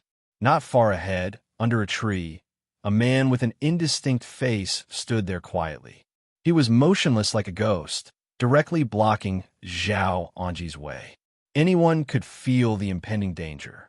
The 2 bodyguards of the Qin family instantly stood in front of Zhao Anji, but the man still stood there unmoved. "Who are you?" The bodyguards of the Qin family scolded. The man did not answer. He still stood there, staring at Zhao Anji with his dark eyes, like a lone wolf looking for prey in the dark. Zhao Anji was a little surprised, but she was not nervous. At her age, she had already experienced a lot of ups and downs, so she was already used to it. Moreover, when she returned to the country, she had already made all the preparations. She had already expected what she would encounter, so at this moment, she was very calm. Apart from that, there was another person who was very calm, and that was Nangong, who had followed Zhao Anji out. Nangong was standing beside Zhao Anji at this moment, staring at the man in the distance with a gloomy expression. She had already observed the surrounding environment, and it seemed that there was only one man. Since the man dared to come here alone, he was definitely not simple, so Nangong did not dare to let her guard down. This was because she had to protect Zhao Anji. She was the only elder in the Qin family who could make decisions. If something were to happen to Zhao Anji, the Qin family would really be in chaos. Seeing that the man did not answer, the 2 bodyguards also realized that the man was dangerous, but they still wanted to step forward and question him. At this moment, Nangong directly stopped the bodyguards of the Qin family and said, "You send Annie back to the hotel. Leave this to me." Nangong did not want to waste time. This place was not far from the hotel, and it was the only place where they could take action. As long as the bodyguards of the Qin family sent Annie back to the hotel, everything would be safe. After all, there were other bodyguards of the Qin family in the hotel, and the security of the hotel was very strict. Most importantly, Zhuangzhou was still there. The 2 bodyguards of the Qin family looked at each other and said, "Miss Nangong, be careful." They were the bodyguards of the Qin family, and Nangong was their person in charge. This time, Nangong was naturally in charge of the security of the people of the Qin family in Changbai Mountain. At this moment, since Nangong had already given the order, they naturally would do as she said. "Be careful." Zhao Anji didn't close her tibia. She twisted her Rue star. The 2 bodyguards of the Qin family escorted Zhao Anji to leave from the lawn on the right side. Seeing that Zhao Anji was about to leave, the man finally could not help but take action. He went directly to Zhao Anji. Of course, Nangong would not let him be presumptuous. Without hesitation, he also rushed up to him. A fierce battle was inevitable. The bodyguards of the Qin family did not dawdle and immediately escorted Zhao Anji to safety. On the way, they had been acting strangely. A few minutes' journey seemed like a few years' journey. They were afraid that something unexpected would happen. After all, they were the bodyguards of the Qin family. Even if something happened to them, they would not complain. However, they could not let anything happen to the master of the Qin family. Fortunately, it was a safe journey. After entering the hotel, they finally felt relieved. Before Zhao Anji made any arrangements, The two bodyguards immediately informed the security of the hotel to rush over. At the same time, they also contacted other bodyguards of the Qin family to help. After everything was done, they finally felt relieved. In the hotel, Qin Jing was watching TV series, while Qin Ran was still working. Although she came to Changbai Mountain to relax and avoid the summer, she still had to manage the affairs of the Chang and school. However, when she saw the auntie and Zhuangzhou at the same time, especially the auntie's nervous look, Qin Ran knew that something had happened. After some inquiries, Qin Ran could not help but feel a little annoyed. It was at this time. However, when Zhao Anji told Qin Ran the news of the phone call just now, Qin Ran paid more attention to the situation in Beijing. She immediately discussed with the auntie about the countermeasures.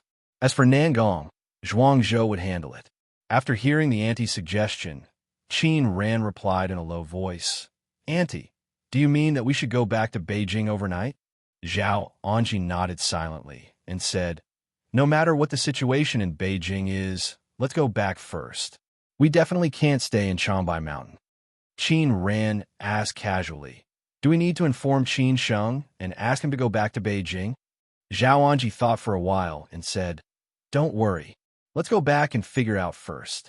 Otherwise, it will only make Sheng anxious. Even if he comes back in a hurry, it will be useless. If we really need him to come back, we should ask him to arrange things in Shanghai first." After hearing the auntie's words, Qin Ran agreed. Otherwise, if she informed Qin Sheng now without knowing anything, he would definitely rush back in a hurry.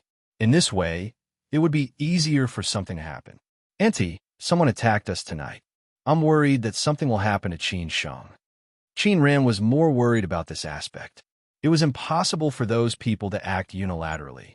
Zhao Anji was still calm as she said, "I don't think so. Qin Sheng is now in Shanghai, which is the sphere of influence of your grandmother's family. At this time, I'm afraid that the Zhu family will be in trouble if they attack in Shanghai at this time. At the very least, Shenger has always been cautious. What's more, he has Chang Baji and the others by his side. I don't think anything will happen to him. When we arrive in Beijing, you can call him casually and ask him." "Okay, then I'll listen to you, Auntie." Qin Ran no longer hesitated and said. Zhao Anji followed her and said, "Then let's pack up." They began to pack up. After leaving Changbai Mountain this time, they didn't know when they would come back again. It would be difficult for them to leave Beijing in a short time. They hoped that everything would go smoothly this time. When the people of the Qin family had packed up, Nangong still hadn't come back. There was no news from him at all. Zhao Anji and Qin Ran inevitably felt a little worried. Qin Ran looked at Zhuangzhou and asked, "Uncle Zhuangzhou, will he be okay?" "Nangong is not that simple. Don't worry too much." Zhuangzhou still recognized Nangong's strength. At the same time, he also knew Nangong's character. It was very likely that he was too eager to fight and chased out. During this period, Nangong seemed to be very calm. However, after Qin Chang'an's accident, she was full of resentment. At this time, someone actually dared to attack the Qin family in front of her. How could she bear it? She must definitely find out who was behind it. Naturally, she wanted to keep him alive. Zhao Anji frowned and said, "Call him and ask him." As soon as Zhao Anji finished speaking, the bodyguards of the Qin family called, telling them that Nangong was fine. They were on their way back to the hotel and asked them not to worry. More than 10 minutes later, Nangong returned to the hotel suite with many bodyguards of the Qin family. When they saw the several bloodstains on Nangong's body, Zhao Anji and Qin Ran were both shocked. Qin Ran ran over in a hurry and asked, "Nangong, are you okay?" Nangong shook his head and said, "I'm fine. These are all minor injuries. It's a pity that he ran away. Otherwise, I would definitely be able to find out who ordered him." As long as Nangong was fine, it was good. Although Zhao, Anji, and Qin Ran also wanted to know who it was nothing more than those people. It was useless to pursue it now. Even if they knew it, what could they do? Qin Ran was relieved and said, "It's good that you're fine. It's good that you're fine." Zhao Anji said in a low voice, "Nangong, then go and pack up. We'll go back to Beijing now." Nangong did not say anything. He just nodded and went directly to the room to pack up. Half an hour later, the people of the Qin family immediately set off for the airport and took the nearest plane back to Beijing. The little episode just now had been forgotten. However, the following problem was that since the other side chose to attack at this time, it meant that they might also know what was going on in Beijing. At this time, it was completely dark in the ancient town of Shitong. Qinsheng did not know what had happened in Changbai Mountain, nor did he know what was going on in Beijing. He was strolling on the streets of the ancient town with Qing. They walked through one old street after another. However, no matter where they went, Qing was definitely the most beautiful scenery tonight. The number of people turning their heads made Qinsheng feel a little scared. Chang Baji took Yujiba and the others to scatter around Qinsheng and Qing. They were always vigilant about the situation around them, but they would not disturb them. It was just that this bowl of dog food was also very satisfying for them. However, they had long been used to it. Qing walked very slowly, as if she was not in a hurry. She was not interested in those snacks, but she liked those interesting handicrafts very much. Every time she encountered something interesting, she would take Qinsheng in. Qinsheng would accompany her tirelessly. When buying things, he would even shamelessly bargain with the boss. Even the boss wanted to say, "Big brother, you brought such a beautiful wife out, and you dilly-dally with me for such a small amount of money. Aren't you afraid of losing face?" Qing did not care about anything. She left everything to Qinsheng, but she never let go of Qinsheng's hand. When she was happy, she would act coquettishly to Qinsheng like a little girl and gently beat Qinsheng's chest. It seemed that she was getting more and more used to being so natural around Qinsheng. Qinsheng also constantly teased and amused Qing. As long as he saw Qing smile, all his troubles would disappear. When they came out of a musical instrument shop, there seemed to be something interesting happening in front of them. A lot of onlookers gathered on the road. Qing wanted to go and have a look, so Qinsheng took her to walk there at a moderate pace. At this time, danger quietly came. A man with a dagger unexpectedly came under the cover of the night and a lively crowd. Battlefield literature. Chapter 870. Qing was highly accomplished in music and had done a lot of research on Western classical music and Chinese folk music. Sometimes, she would help her friends out by composing music for movies, dramas, and so on. Hence, wherever she went, she liked to go to a concert hall or a variety of musical instrument shops. Perhaps this was what most people meant by talent. The musical instrument shop in Shitang, ancient town, sold traditional musical instruments. Although there was nothing special about it, Qing still had a lot of fun shopping around. She even had a good chat with the artistic lady boss and tried out a few musical instruments in the shop. Her natural arrangements amazed the artistic lady boss. In the end, she naturally chose a few musical instruments and asked the boss to mail them to Shanghai. This time, Qinsheng was very straightforward when he took out the money.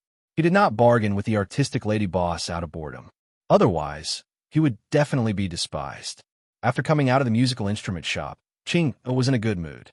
She seemed to want more and kept talking to Qinsheng about music. Although Qinsheng did not understand some of it, he was still willing to be a qualified listener. As long as Qing was happy, it was fine. The roadside in front was so lively, which diverted Qing's attention. She pulled Qinsheng over happily to join in the fun. It was rare to go out, not to mention it was the first time she went out with Qinsheng. Qing behaved very casually and naturally, unlike when she was in Shanghai, who did not care about anything. The night was blurred, the crowd was lively, and danger came unexpectedly. Qinsheng and Qing were immersed in a romantic world of two and did not feel the approaching danger. The man looked like an ordinary tourist. After coming out from the left alley, he laughed and walked towards Qinsheng and Qing. There seemed to be nothing strange about him. He stopped and walked without any flaws. Qinsheng did not notice it, not to mention Qing. The man did not seem to be in a hurry. He waited for a few minutes before choosing to make his move. This was because this was the most crowded place in the crowd, and he also chose the best time.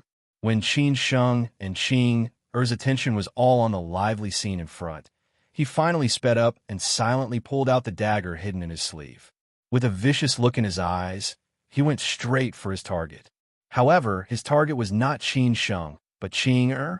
This was somewhat thought-provoking. One step, two steps, the distance was getting closer and the crowd was getting denser and denser. Qin Sheng and Qing attention was still on the front. When there were only 2 steps left, the man suddenly took a step forward and stabbed the dagger in his hand directly at Qing, the fairy who did not know the ugliness of the world. The ending seemed to have been decided. A tragedy was about to happen. Perhaps it was because of his natural vigilance against danger. When the man made his move, Qin Sheng finally felt that something was wrong. He suddenly turned his head to the right and happened to witness the process of the man making his move. Qin Sheng turned pale with fright and subconsciously wanted to pull Qing into his arms, but everything seemed to be too late. At this moment, Qin Sheng's brain seemed to have short-circuited.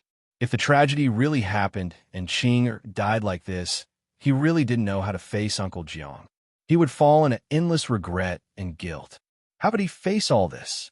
This man was wearing a cap, sportswear, and a backpack on his back. He looked like an ordinary tourist, but who would know that he was such a dangerous and ruthless person? Just when the man thought that he had succeeded, someone suddenly blocked his way. This Cheng Yao Jin was Chang Baji, who had been protecting Qin Sheng in the dark. He had long noticed this man. When the man gradually approached Qin Sheng, Chang Baji also quietly walked over. When the man chose to take action, Chang Baji had already found the right opportunity. In addition, other people were also approaching Qin Sheng, and, at the same time, they were vigilant of other dangers around them. However, they did not act rashly, nor did they disturb Qin Sheng's side. Otherwise, it might cause unnecessary panic. Everything they did was so tacit. Therefore, the moment the man made his move, Chang Baji also made his move. Seeing that the dagger was about to stab into Qing body, the man was extremely excited. However, his hand was directly grabbed by Chang Baji halfway, and he could no longer move an inch forward. The man's face instantly turned cold. He wanted to struggle and resist. He did not want to give up so easily. However, Chang Baji had already wrapped his arms around the man's neck, and at the same time covered the man's mouth. Suddenly, Chang Baji forcefully twisted the man's direction and directly stabbed the man's abdomen with the dagger. At this moment, the man's face was somewhat hideous. He had never thought that the final result would be like this. However, the result had already happened, and it was impossible for him to regret it. Who asked him to meet an opponent like Chang Baji? It was nothing more than seeking his own death. The whole process was not sloppy. The man just leaned on Chang Baji's shoulder, as if he had died with a remaining grievance. The 2 bodyguards of the Qin family surrounded Chang Baji and the man on both sides. In the dark, no passerby would know what had happened here. They would think that it was a reunion of old friends or a friend who had drunk too much. When Chang Baji appeared, Qin Sheng finally let out a long sigh of relief. As for what happened later, he had already seen it. Although the tragedy did not happen, he still had some lingering fear. He did not expect that he would encounter danger here. He was really careless. This reminded him. Qing was suddenly pulled into Qin Sheng's arms. She was startled.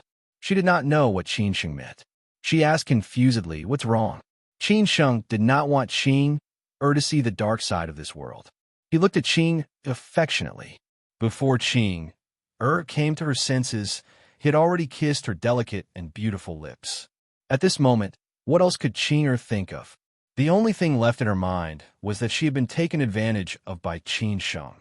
Moreover, they were on the streets of Shitong ancient town. How could you be so shameless? On the other side, Chang Baji had already taken the man away with the 2 bodyguards of the Qin family. Qin Sheng did not need to worry about the rest of the things. Chang Baji would handle it well. At this moment, Qin Sheng let go of Qing. Qing's face was crimson. She lowered her head and dared not look directly at Qin Sheng. Qin Sheng liked this look of Qing's, who was reluctant but shy at the same time.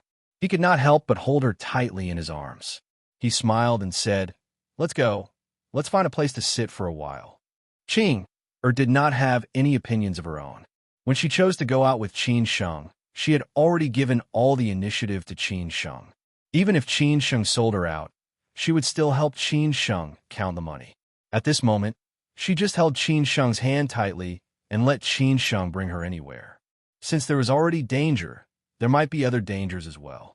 Because no one knew anything about danger, Qin Sheng dared not continue to stay here. To them, the more crowded the place was, the more dangerous it would be. On the contrary, a quiet place might be safer. Brother Wu, Bahi, and the rest carefully escorted Qin Sheng out. It was not until Qin Sheng brought Qin away from the crowded street that Brother Wu and the rest were completely relieved. After walking through an old street, Qin Sheng chose a bar that was not very crowded.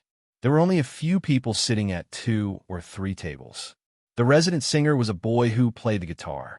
He was playing Qin Sheng's favorite folk song. Perhaps it was because of this that Qin Sheng chose this place. The boy's voice was not bad. Perhaps it was because he was not experienced enough that he could not express himself perfectly in some songs. When Qin and Qin Sheng walked in, Qin naturally became the most dazzling presence in the bar. Even the resident singer paused slightly and stared at this lady in Cheongsam. Qin was a little embarrassed and quickly followed Qin Sheng to a booth in the corner. The waiter immediately ran over and asked what they wanted to drink. Perhaps it was because he was too self-conscious, he did not dare to look at Qin directly. Qin Sheng casually ordered some snacks, a fruit plate, and 2 glasses of cocktails. Because of what happened just now, he was not in a good mood, so he did not have any interest in drinking. That was why he chose cocktails. Qin did not mind. Brother Wu, Bahi, and the other 2 bodyguards sat next to him, just enough to protect Qin Sheng and prevent any dangerous people from approaching. Qin Sheng and Qin chatted casually, listening to the resident singer sing a folk song that was relatively popular recently. It was called 3 in the Morning by a certain singer in the cabin of Big Ice. The lyrics were telling of the joys and sorrows of a love story. Qin Sheng liked it quite well. About 10 minutes later, Chang Baji came back and sat directly next to Qin Sheng. Qin Sheng casually asked, "Is it all settled?" "Yes, don't worry," Chang Baji said in a low voice that only Qin Sheng could hear. Qin focused on the resident singer. When the resident singer saw that a beauty was looking at him, he naturally worked hard to perform. Qin Sheng continued to ask, "Can you find out anything?" "That man is already dead."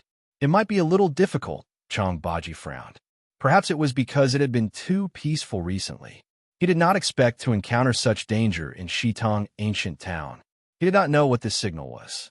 There might be other dangers in the future. Qin Sheng frowned and said, "Then let's check it out first." Chang Baji nodded silently. He had already informed Bao Fan. He knew what Qin Sheng meant even if he did not say it. This time, the accident happened within the sphere of influence in Zhejiang. At present, it was not clear who the people were. If it was only in Zhejiang, it would be easy to handle. If it was in Beijing, it might be a little difficult. Qin Sheng continued to listen to the song and drink. Qin felt the pressure on Qin Sheng, so she deliberately said something interesting to make Qin Sheng not think too much. Of course, Qin Sheng understood Qin's intention. He deliberately smiled happily and cooperated. About a few minutes later, a table of men dressed in fancy clothes came to the bar. The 4 of them ordered 24 beers and began to chat loudly. Their voices were loud enough to make people feel disgusted. At first, they did not notice Qin Sheng and Qin because Qin Sheng and Qin were sitting in the corner. After sitting for more than 10 minutes, one of the men noticed Qin and immediately told his friends. Therefore, these men looked at Qin openly. Their eyes were very unscrupulous. Anyone could feel what kind of eyes they were. Qin Sheng could not help but feel a little unhappy. But he did not say anything because he could not stop others. Qin did not care about these things. She had long been used to it. After these men looked at her, they whispered to each other for a while. Not long after, one of them, who looked like a hooligan, slowly walked towards Qin Sheng and Qin with a glass of wine. When they first walked into the bar, Chang Baji and the others had already seen them. At the same time, They were monitoring their every move. If they dared to do anything dangerous, they would not show any mercy. Therefore, now that this man walked over, Brother Wu subconsciously wanted to stand up and stop him. But on the other side, Qin Sheng signaled with his eyes that there was no need to make a fuss. He let this man, who looked like a hooligan, walk over. After the man walked over, he directly ignored Qin Sheng's existence. He directly held a glass of wine and said to Qing, "Beauty, do me the honor of having a glass of wine." Qing hated this kind of man the most. She did not pay attention to him at all. She just turned her head and continued to listen to the resident singer singing. Moreover, with Qin Sheng present, she was not afraid of this man messing around. Qin Sheng was in a bad mood. At this time, he did not stand on ceremony. He directly said, "This is my girlfriend. If you don't want to die, hurry up and get lost." The man thought that he was a local and had some background. He thought that Qin Sheng and Qing were just tourists. It was not that they had never bullied tourists before. Naturally, he did not take Qin Sheng seriously. He said angrily, "What the F***CK did you say? You dare to say it again?" Qin Sheng stared at the man and said, "I asked you to get lost." The man did not expect this tourist to be so arrogant. How could he lose face in front of beauty? Moreover, he had drunk so much wine. This was already the second round. He directly said angrily, "F***CKU." After that, he raised a glass in his hand and wanted to smash it on Qin Sheng's face. However, when he just raised a glass, he found that his arm was controlled by someone. He did not know when Brother Wood stood up and directly grabbed the man's arm. Before the man came back to his senses, Brother Wu poured the wine in the glass on the man's head.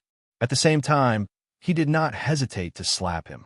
He said angrily, "Don't ask for death." Brother Wu's slap was not small. The man was directly knocked to the ground. It could be said that he was stunned. His head was buzzing and his eyes were full of stars. He sat on the ground for a while and could not get up. There was no chance for him to fight back. With such a big movement here, everyone in the bar saw it. Even the resident singer was so scared that he did not dare to sing, let alone the man's other friends. How could they tolerate being beaten up by others in their territory? They stood up without hesitation and rushed over. When they rushed over, Chang Baji and the others also stood up and blocked their way at the same time. Chang Baji chuckled and said, "Get lost." At this time, this group of hooligans seemed to realize that they had provoked a big shot that they should not have. Not everyone could have such a scene, so they could not help but feel a little guilty. Obviously, they were not a match for the other party. The man who came to strike up a conversation also realized that something was wrong. He almost rolled and crawled back to his friend's side, for fear that he would be severely beaten up if he was too slow. When he returned to his friend's side, the man was finally relieved. The two friends hurriedly helped him up, not knowing whether he was reckless, or because he wanted to save face, or because he was really capable. The man looked at Chang Baji and the others and sneered with a playful smile. "Okay, you have a lot of people, don't you? Well, you wait for me." Brother Wu did not want to talk nonsense with them. If it were not for Qin Sheng's reluctance to fight, he would have beaten up this group of hooligans. Therefore, he directly scolded, "Get lost." Just like that, the men left in a sorry state. Everything returned to the original state. Brother Wu walked to Qin Sheng's side and asked in a low voice, "Young master, shall we go?" "Why should we go?" Qin Sheng said disapprovingly. There must be something wrong when things are abnormal. Brother Wu did not speak anymore. Naturally, he understood what Qin Sheng meant. Chapter 871. Qin Sheng always thought that most coincidences were intentional. Since it was not peaceful tonight, there must be something wrong. Therefore, he waited here quietly, waiting to see what tricks the culprits had up their sleeves. Otherwise, even if he returned to his place, he would not be safe. After drinking a cocktail and a few bottles of beer, Qin Sheng finally felt relaxed.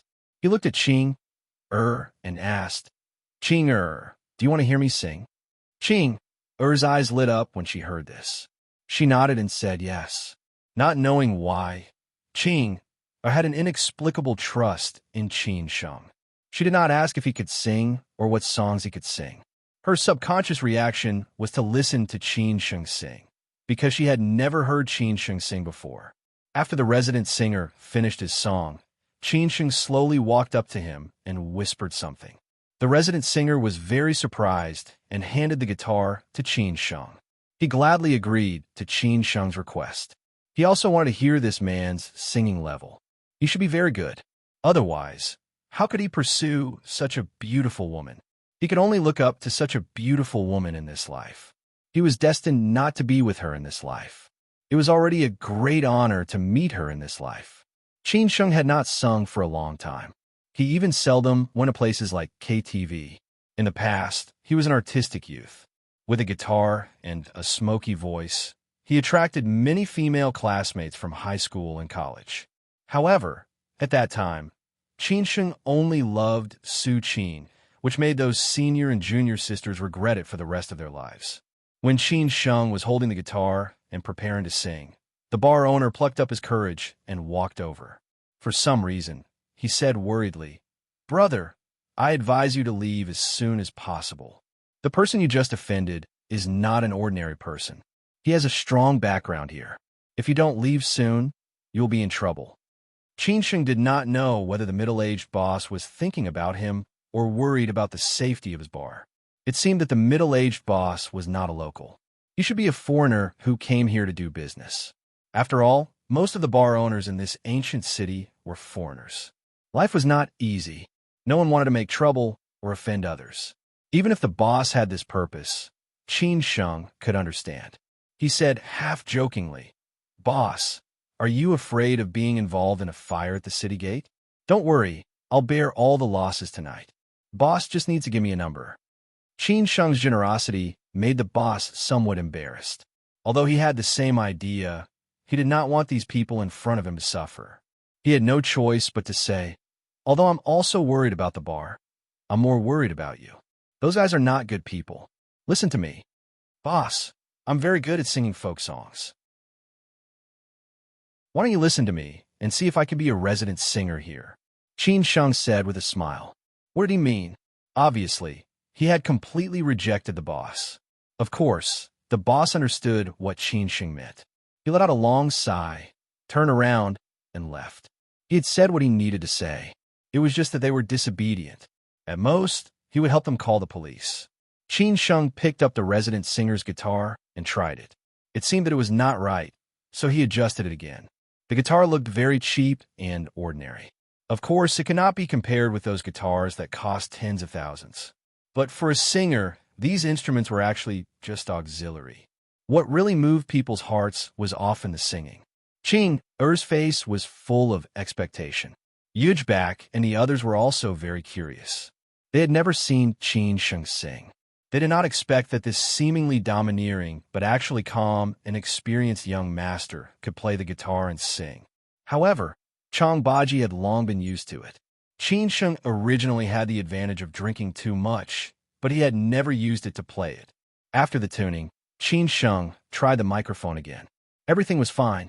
Then he shouted in his deep voice, one song, spring, summer, autumn, and winter. This song, spring, summer, autumn, and winter, is for the most beautiful you tonight. When he said this, Qin Sheng naturally looked at Qin Er. Qin was a little embarrassed, but she was really very happy in her heart. The others also knew what Qin Sheng meant. Tonight, except for Qin Er, the great beauty, who dared to say that they were beautiful. That spring, I was lost in a dream. That summer was as quiet as her. That autumn's wind came in my panicked ears. That winter was without you. If you weren't in the dream of spring, if you weren't in the street corner in the summer, even if the autumn wind couldn't bring you back, her Emmy heart is like the cold winter, spring, summer, autumn. And winter lost you. How can I live through the four seasons? To ramble on aimlessly, let me soliloquize, whose memory spring, summer, autumn, and winter let you go. How can you let me be calm? Your words are like the autumn wind without. When he finished singing for the first time, Qin Sheng had already conquered everyone. He was quite confident in his attainments in folk songs. This song was changed to his smoky voice, and it would be even more interesting. Qin had already somewhat admired Qin Sheng. She did not expect Qin Sheng to be so outstanding. This made Qin who was originally very fond of music, admired Qin Sheng even more. Other reactions were needless to say. The few bodyguards of the Qin family were all stunned, but no one disturbed Qin Sheng's interest. When Qin Sheng played and sang, it seemed that he had entered his own world. No matter the traffic outside or the desolation and loneliness outside, he just sang quietly. Watching the wild geese return to the distance, together thinking of the girl, accompanying you in your heart watching the falling leaves, the hesitation of returning home keeping the habitual imagination. When the last line of the lyrics was finished, Qin Sheng gently stroked the strings and quietly put down the guitar. He returned to his seat unhurriedly. Everyone was still immersed in Qin Sheng's singing, as if they were listening to a touching story. Or maybe they were thinking of their own stories. After all, everyone's life trajectory was different. Qing was the first to come back to her senses. Although Qin Sheng said that this song was for her, she heard another story from Qin Sheng's song. She could not help but ask, "How is she?" Qin Sheng did not know how to answer. Just as Qing said, when he sang this song, he inexplicably thought of the girl who had accompanied him through 6 or 7 years of youth. How was that girl? She did not seem to be well. All this, of course, was his fault. Before Qin Sheng could answer, the noise at the entrance of the bar woke everyone up. When everyone just came back to their senses, 20 to 30 men suddenly rushed into the bar, led by the gangster who had been humiliated by Qin Sheng just now. They really came. This scene somewhat shocked the onlookers, but it was within Qin Sheng's and the others' expectations. After the leader of the gangsters who had been beaten came in, he shouted very arrogantly, "It's none of your business. Get out of here." The guests at the other tables were already scared to see this scene. They did not dare to stay here and ran out without hesitation. Those who had a little bit of conscience would even leave money for the drinks. The other tables did not dare to care about these things. At this time, the boss was very depressed. As expected, something had happened. It was really 8 lifetimes of bad luck. Qin Sheng and the others did not seem to take it seriously. It was really like a dragon swimming in shallow water being played by shrimps. All the cats and dogs were showing off in front of the experts. The people in this small place were really a little bit not good. When this group of people was unscrupulous. When they walked towards Qin Sheng and the others, Chong Baji and Yujbak directly blocked their way with the Qin family's bodyguards. They did not give way at all. Even if they had more people, so what? It was not enough to fight at all. They just did not want to make things bigger. "If you don't want to die, get out of my way," the leader of the gangsters said angrily. Brother Wu looked sinister and said, "You're courting death. I dare you to say that again." The gangster glared at Brother Wu and shouted. This time he brought so many people here, he was really full of confidence. Moreover, his brother-in-law was the leader of the county. What was there for him to be afraid of? He was not afraid of making things bigger. Anyway, he must vent his anger tonight. Brother Wu did not want to talk nonsense. He wanted to directly teach this animal a lesson. Qin Sheng slowly stood up and said, "When you go out, don't hurt the harmony if you can. Let me talk." Qing was still sitting there. She did not need to worry about these trivial things. But seeing such a scene, she was more or less worried. After Qin Sheng walked between Chong Baji and Brother Wu, he said happily, "Big brother, what do you want?" The gangster sneered and said, "What? Are you afraid now? Where is your ability just now? Let me tell you, none of you can leave tonight. Big brother, just now we have eyes, but did not recognize Mount Tai. We offended you presumptuously. I apologize to you here. What do you want me to do to let us go?" Qin Sheng had nothing to do, so he teased the gangster. If the mastermind did not come out, he was afraid that he would not be able to avoid trouble tonight. The gangster really did not want to let Qin Sheng go, but when he thought of the fairy-like beauty, he was a little tempted. After thinking for a moment, he said happily, "It is actually quite easy for us to let you go. It depends on whether you agree or not." Qin Sheng did not need to think to know what it was. He asked, "Big brother, what do you say?" "It is very simple. Let your girlfriend accompany me for a night. Then you kowtow to me and apologize. I will pretend that nothing happened. How about it?" The gangster said very proudly. He did not believe that this man would not agree. There were only a few of them. They had so many people here. Why would they be afraid of them? Actually, Chang Baji and the others were all wearing ordinary casual clothes. Normally, the other bodyguards of the Qin family would dress very formally. However, Qin Sheng came out to relax, so he naturally did not want to be too high profile. Therefore, he was not afraid of these gangsters at all. He thought that these gangsters were just his friends. "You're looking for death, big brother." Qin Sheng was not angry, but laughed. The gangster still said recklessly, "Then let's see who dies first." But as soon as he finished this sentence, Brother Wu, who was in front of him, had already moved like lightning. He pulled the gangster to his side and grabbed his throat with his left hand. A dagger appeared out of nowhere in his right hand and directly pressed against the gangster's neck. The tip of the dagger had pierced the skin and flesh, and blood was flowing down. Until this moment, the gangster was completely panicked and shouted, "What do you want to do?" The gangsters opposite wanted to rush up, but they were also a little scared when they saw such a scene. No one thought that things would happen like this. It was really interesting. The gangster braced himself and shouted, "Kill me if you have the ability. Do you dare?" Qin Sheng did not say anything. He really did not know how to deal with this gangster. After all, this was not his territory. If he made too much noise, it would not be good for him. This kind of disgusting fly was really hard to deal with. Just when Qin Sheng was having a headache, there was another noise at the entrance of the bar. A group of men who seemed to be more powerful directly pushed the gangsters blocking the entrance and walked in unscrupulously. Those gangsters originally wanted to see who was so arrogant. But when they saw the few men who led the group, they were instantly scared and did not dare to say anything. They hurriedly made way for them. Qin Sheng let out a long sigh, but they finally came.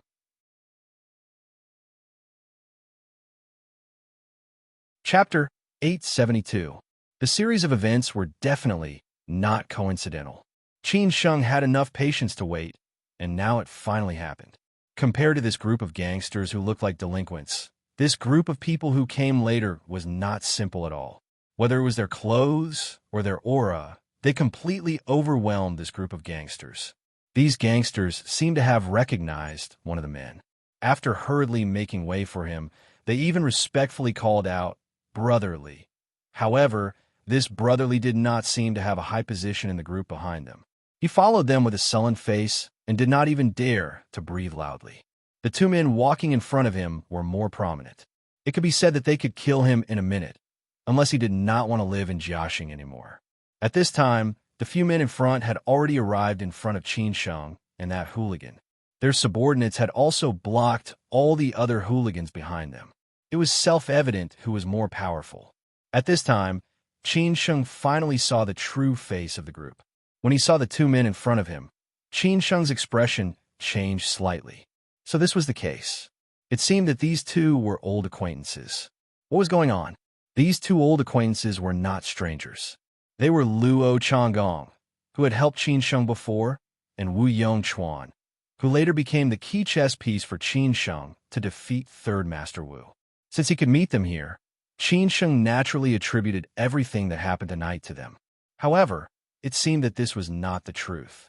Luo Changgong and Wu Yongchuan did not expect that they would meet in such a situation tonight. They were just wondering why there were suddenly so many people in the bar. Wasn't it said that only Qin Sheng and his group were in the bar? But now it seemed that the situation was not right, especially when Brother Wu on the opposite side put a dagger on a man's neck. The two parties were at daggers drawn. Everything was enough to show that there was a conflict going on here, and one of the parties involved was Qin Sheng. Just when Luo Changgong and Wu Yongchuan were about to greet Qin Sheng, the gangster controlled by Brother Wu finally recognized the familiar big brother after seeing the group of people who suddenly appeared. He was the man who was called Brotherly by all the gangsters. He often drank and played cards with Brotherly. Brotherly's influence in Jiaxing was not small. In this Shitong ancient town, Brotherly had the final say. Therefore, the gangster who still did not recognize the situation still thought that Brotherly was coming to save him. So he shouted loudly, "Brotherly, help me." Not only Brotherly, but also Luo Changgong and Wu Yongchuan were confused. What the hell is going on? Qin Sheng really thought that it was Luo Changgong and Wu Yu. He sneered at these two old acquaintances. He said Luo Changgong and Wu Yu. He sneered at the two old and said, "Is he your man?" Translation of Luo Yu. Translation. How could is translation Lian's. How could Brother Qin Sheng translation when? Even if they had 10 times the courage, they would not dare to go against Qin Sheng. Moreover, this time, they had spent a lot of effort to find out that Qin Sheng had come to Jiaxing. Then, they immediately rushed over without hesitation, mainly because they hoped that Qin Sheng could help them. Wu Yongchuan had roughly guessed what was going on. The gangster opposite them had a conflict with Qin Sheng. He thought that he was a local, so he gathered so many gangsters to make trouble. However, he did not expect that he would offend a big shot who should not be offended. In the end, he was directly taken down by Qin Sheng's bodyguards. Who would have thought that at this critical moment, they would arrive just in time? Brotherly was the person in charge of Shitong. So this gangster naturally knew Brotherly and thought that Brotherly was here to save him. As for what happened between him and Brotherly, Wu Yongchuan was too lazy to know. However, Wu Yongchuan was a real big shot in Jiaxing now, because Haining originally belonged to Jiaxing. After Third Master Wu's death, Wu Yongchuan had taken advantage of the Wu family in Haining and several big families in Haining, and his status and resources in the circle. Now, he had a firm foothold in Haining again. Whoever dared to offend him in Jiaxing was courting death. Therefore, after hearing Qin Sheng's words, Wu Yongchuan directly looked at Brotherly expressionlessly and said, "Your people." Brotherly had already figured out what was going on. These two big shots were looking for that group of people. To be able to make these two big shots be so respectful, that group of people had to be very powerful. What was he to them? However, the gangster opposite him had offended these big shots, and now he was implicated. If he did not deal with this in time, he would not be able to survive in Jiaxing in the future.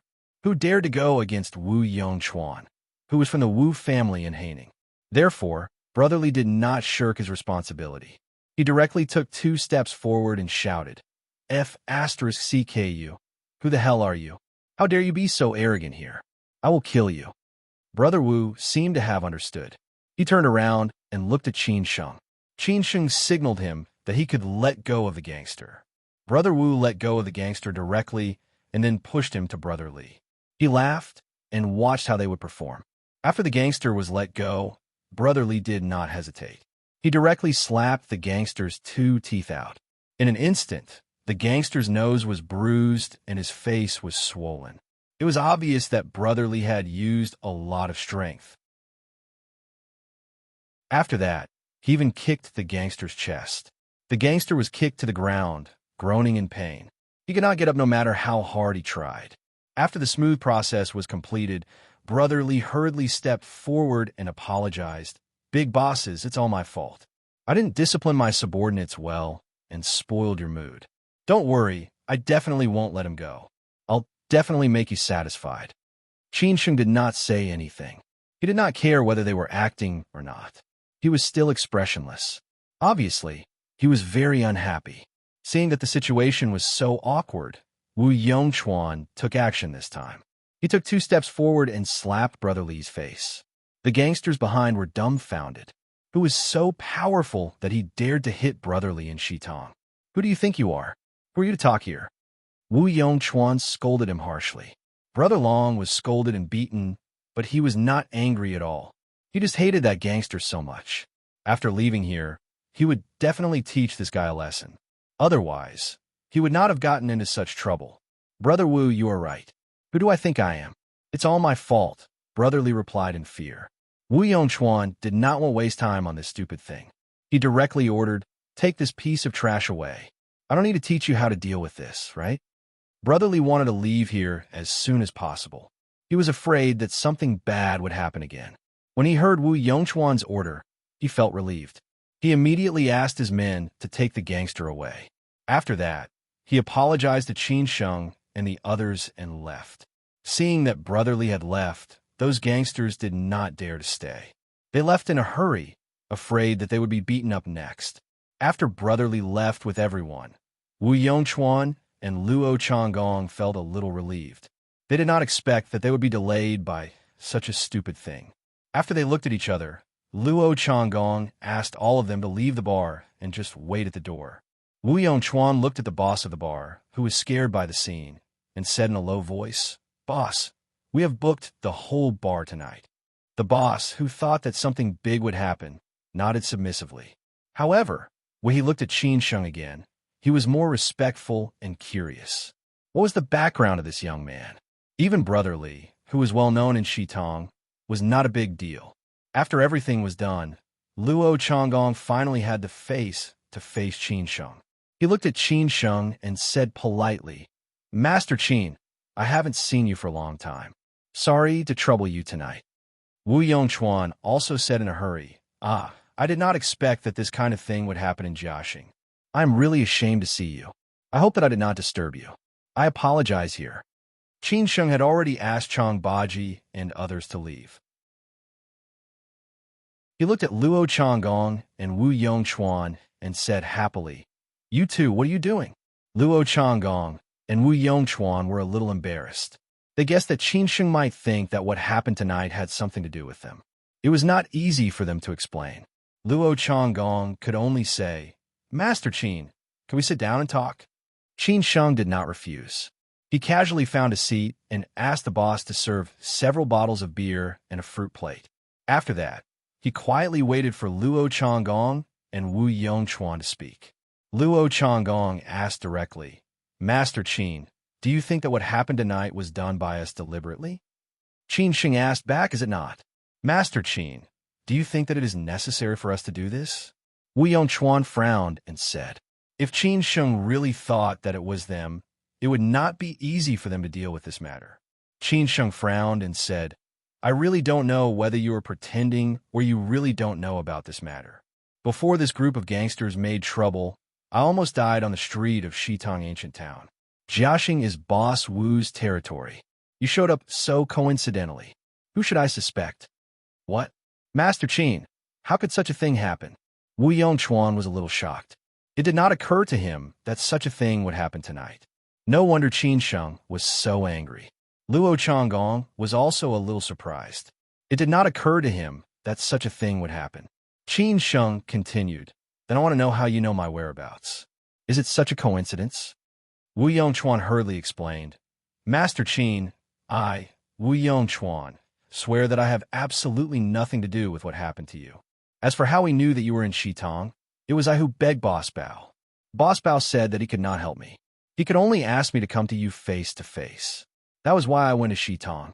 If you don't believe me, you can call Boss Bao now." "I see."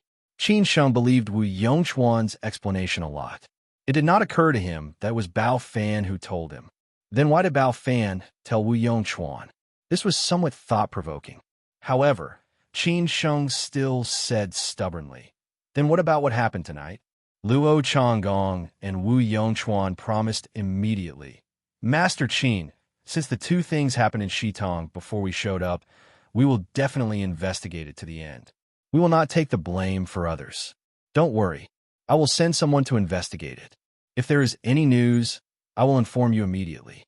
Qin Sheng said dubiously, "Then I will wait for your news." This thing was over. Qin Sheng also suspected that someone had used them as a tool. There were a lot of people involved. Qin Sheng also felt that it was a little complicated. It seemed that he had to sort it out slowly later. Qin Sheng drank a glass of wine and asked with a smile, "Now, can you tell me why you want to see me?" Luo Changgong originally wanted to say something, but Wu Yongchuan said first, "Master Qin, you seem to have forgotten what you have promised me. I have done what I should do. Master Qin, are you going to fulfill your promise?" Qin Sheng deliberately kept him guessing and said, "Oh, Boss Wu, what do you mean?" Wu Yongchuan originally had some resentment towards Qin Sheng. However, after all, Luo Changgong was here. Wu Yongchuan did not dare to say that thing. He had to reply, "What do you think it is? But now I don't ask for so much. Now we are in a very bad situation. I hope you can help us." Qin Sheng sighed deeply and said, "Boss Wu, it is not that I don't want to help you. It is just that I can't care too much now. During this time, I have been busy in Beijing and have barely intervened in the affairs of Zhejiang. How can I help you?" Luo Changgong signaled Wu Yongchuan to let him say it. After all, he and Qin Sheng were friends. Now he and Wu Yongchuan were in the same boat. No matter who died, it would not be good. So he said, Master Qin, in fact, it is not a big deal. We know that you have a good relationship with the old monk and boss Hu. We hope you can help us. In this way, we will be in a better situation. What can I do? Qin Sheng asked casually. However, Luo Changgong was kind to him, and Wu Yongchuan could be said to have helped him a lot. If it was not troublesome, he would have no objection. It could be said that this was the end. Luo Changgong whispered, What do you want, Master Qin? Qin Sheng suddenly laughed and said, Forget it, forget it. It is just a joke. We are old friends. Brother Luo was kind to me when I was in Hangzhou. Later on, I could leave Hangzhou smoothly thanks to Brother Luo. I still remember this kindness. As for Boss Wu, I will not say more. Hearing this, Wu Yongchuan hurriedly asked, Master Qin, what do you mean? Qin Sheng said directly, I know what you mean. You just want the old monk, Boss Hu, or the Dugu family to be merciful and not hurt you. Try to put the pressure on second brother. In this way, you will have a chance to integrate your resources and take over the circle. Wu Yongchuan complimented, Master Qin, you are so smart. You can see through it. Luo Changgong asked, What do you mean? Qin Sheng hesitated for a moment and said, Okay, since you've asked, I'll promise you. I'll contact them and tell them about this. As for whether they'll agree or not, it'll depend on your abilities. If you can reach an agreement, it'll be even better. Really? Then I will thank you first, Master Qin, Wu Yongchuan said eagerly. Hearing this, Luo Changgong was satisfied. It seemed that this trip to Shitong Ancient Town was not in vain. At this time, Qin Sheng suddenly said, But Wu Yongchuan's face changed. He was afraid that Qin Sheng would change his mind. He hurriedly said, But what? Qin Sheng laughed and said, Nothing. I just have 2 requests. Were they? Master Qin, as long as we can do it, even 10 requests will do, Luo Changgong said while controlling his emotions. Qin Sheng nodded silently and said, Nothing. First, I hope you can investigate what happened tonight. Second, when I need your help one day, don't turn your back on me. Luo Changgong and Wu Yongchuan were still wondering what kind of request it would be. They had been mentally prepared. They did not expect it to be so simple. They hurriedly said, Oh, Master Qin, don't worry. We will not let you down. Qin Sheng picked up the wine glass happily and said, Then, happy cooperation. Happy cooperation. When Luo Changgong and Wu Yongchuan left the bar with their subordinates, all the troubles were finally over. Before they left, they did not forget to pay the reservation fee. The bar owner's daily income was only a few thousand yuan. Tonight, it was 10 times more. He did not expect that the bad thing would become a good thing. He was so happy that he could not close his mouth. He almost said to Qin Sheng, Master, come again next time.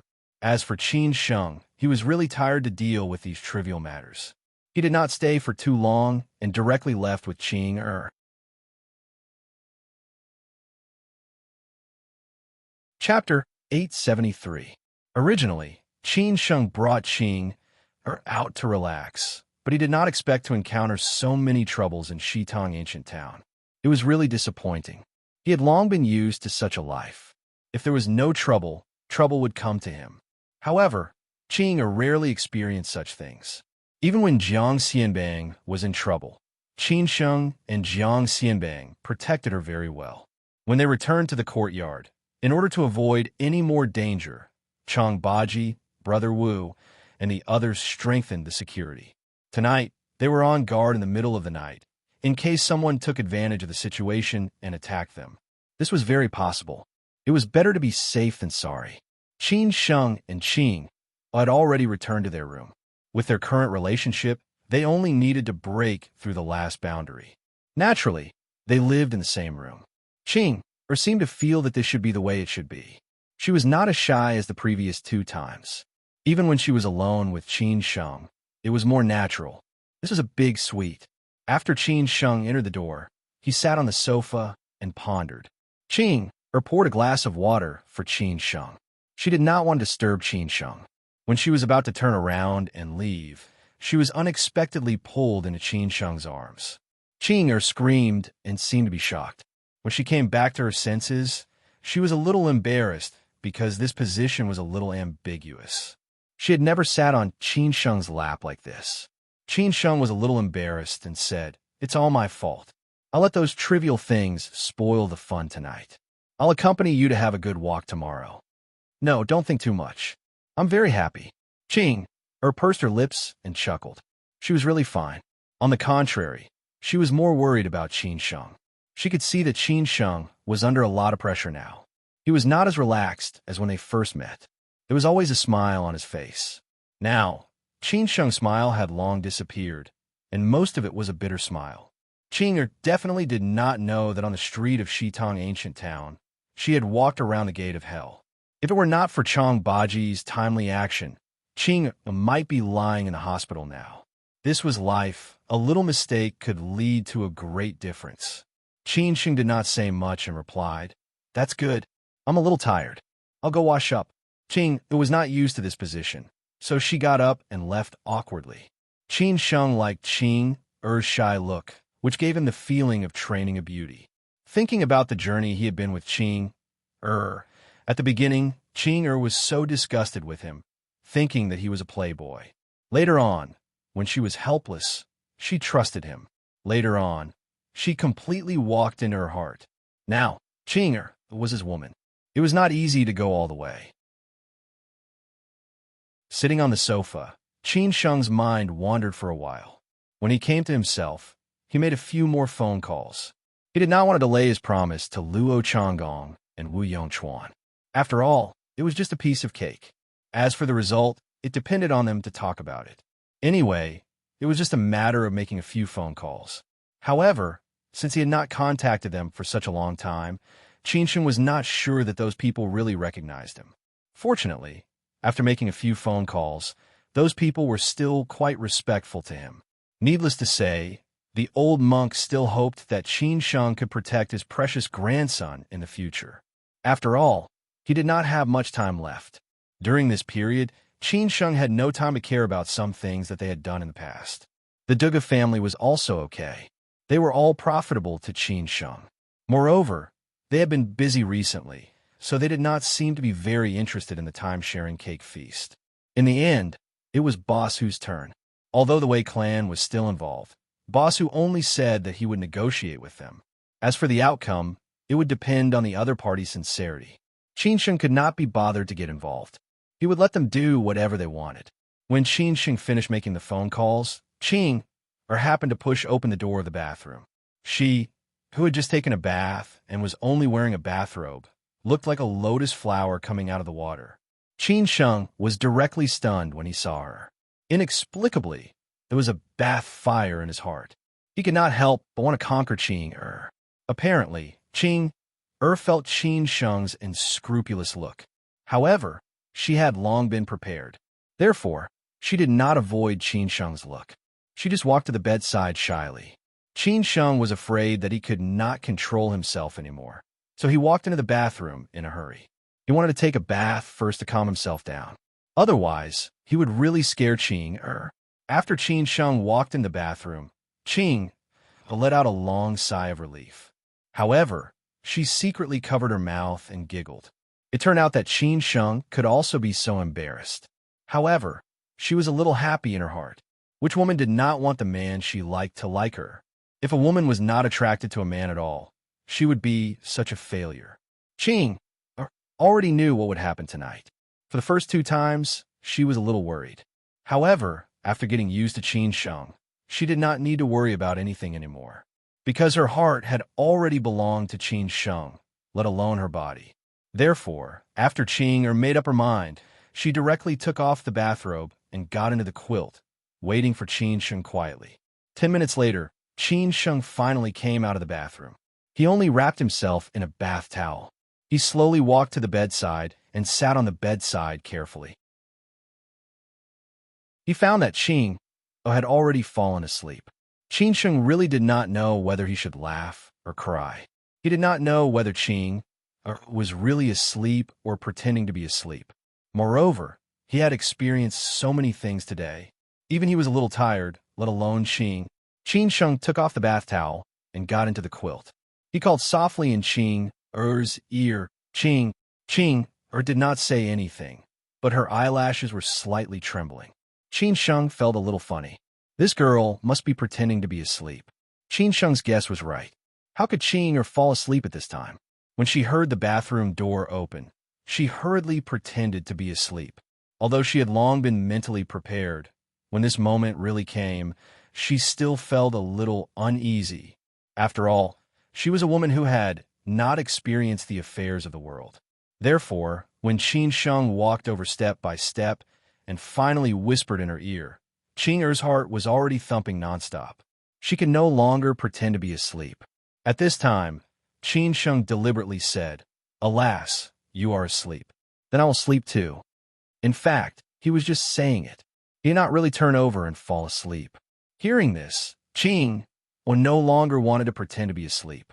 She and Qin Sheng spent more time apart. Moreover, Qin Sheng had so many things to do now. Maybe he would leave one day. She did not know when the next opportunity to be alone like this would come. Therefore, Qing hurriedly opened her eyes and was ready to say something. However, when Qing opened her eyes, Qin Sheng did not give her any chance and kissed her directly. Qing was stunned. She was only left with the feeling of being taken advantage of by Qin Sheng. When she came to her senses, Qin Sheng's tongue had already penetrated her. Qing did not think about anything anymore. Let everything be like this. Unknowingly, it started to rain outside the window. The house that should have been peaceful was not peaceful at all. A certain fairy was experiencing what she should be experiencing. The fairy had finally fallen to the mortal world, and the young girl would eventually become a young woman. Wasn't that the case for everyone? Unknowingly, everything quietly ended, just like it did not know when it started. The next day, when Qin Sheng opened his eyes, it was already 10 o'clock in the morning. After feeling the warmth in his arms, Qin Sheng recalled the story last night. However, he was not too crazy. More than that, he felt sorry for Qing Er. When this woman handed everything to him, Qin Sheng had already made up his mind that he would never let her down in this life. Qin Sheng gently kissed Qing Er on her forehead. Then he quietly got out of bed to wash up. Only then did he realize that it was already raining outside. He was still thinking about such a scene yesterday. Today, God gave him face. It was a pity that he could not go out today. After all, Qing had experienced something last night. Today, she should have a good rest. When Qin Sheng came out of the shower, Qing had already woken up. She was leaning against the headboard in a daze. He did not know what she was thinking about. Qin Sheng slowly walked over and asked, "Qing, why don't you sleep a little longer?" Qing Er's face was a little red, but her eyes were very gentle as she looked at Qin Sheng. Then she naturally hugged Qin Sheng and leaned her head on his chest. She squinted her eyes and felt Qin Sheng's heartbeat without saying anything. Just like that, Qin Sheng's heart had already melted. "Are you hungry? You take a shower first. Let's go to eat breakfast." Qin Sheng gently stroked Qing Er's smooth back and said softly. Qing softly replied. Then she released Qin Sheng and wanted to get off the bed. However, she felt a little uncomfortable and could not help but frown. Of course, Qin Sheng knew what was going on. Seeing Qing Er's appearance, he almost could not help but laugh out loud. Qing seemed to feel Qin Sheng's laughter. She somewhat angrily stared at Qin Sheng. That expression was extremely cute. Qin Sheng hurriedly said, "Then shall I carry you to the bathroom?" "No, I'll go by myself." Qing coldly snorted. Of course, Qin Sheng knew that Qing was embarrassed. After making sure that Qing could move by herself, Qin Sheng said that he would wait for her outside and then directly left. When Qin Sheng changed his clothes and walked out of the room, Chong Baji and the others had already gotten up. They had also had breakfast and found that Qin Sheng did not get up early today. They roughly guessed something. After all, they were all experienced people, so they asked the kitchen to prepare breakfast at any time. At this time, Chong Baji was under the eaves admiring the rain. The feeling of staying in this small town in Jiangnan was really special. Qin Sheng was about to go over and chat with Chong Baji, but suddenly he received a call from his sister. He did not take it seriously at first. After all, during this period of time, the two of them had been calling each other frequently. However, when he heard from his sister that she and her aunt had returned to Beijing last night, Qin Sheng's expression changed instantly. He knew that there might be some movements in Beijing. Then he heard that there was some news from the old man, and they could go to see the old man. Qin Sheng could not help but feel overjoyed. In the end, what his sister meant was that she wanted him to deal with the things in Shanghai and rush back to Beijing as soon as possible. Naturally, Qin Sheng readily agreed and said that he would rush back as soon as possible. So when Qing came out of the room, Qin Sheng had no choice but to tell her that they had to go back to Shanghai.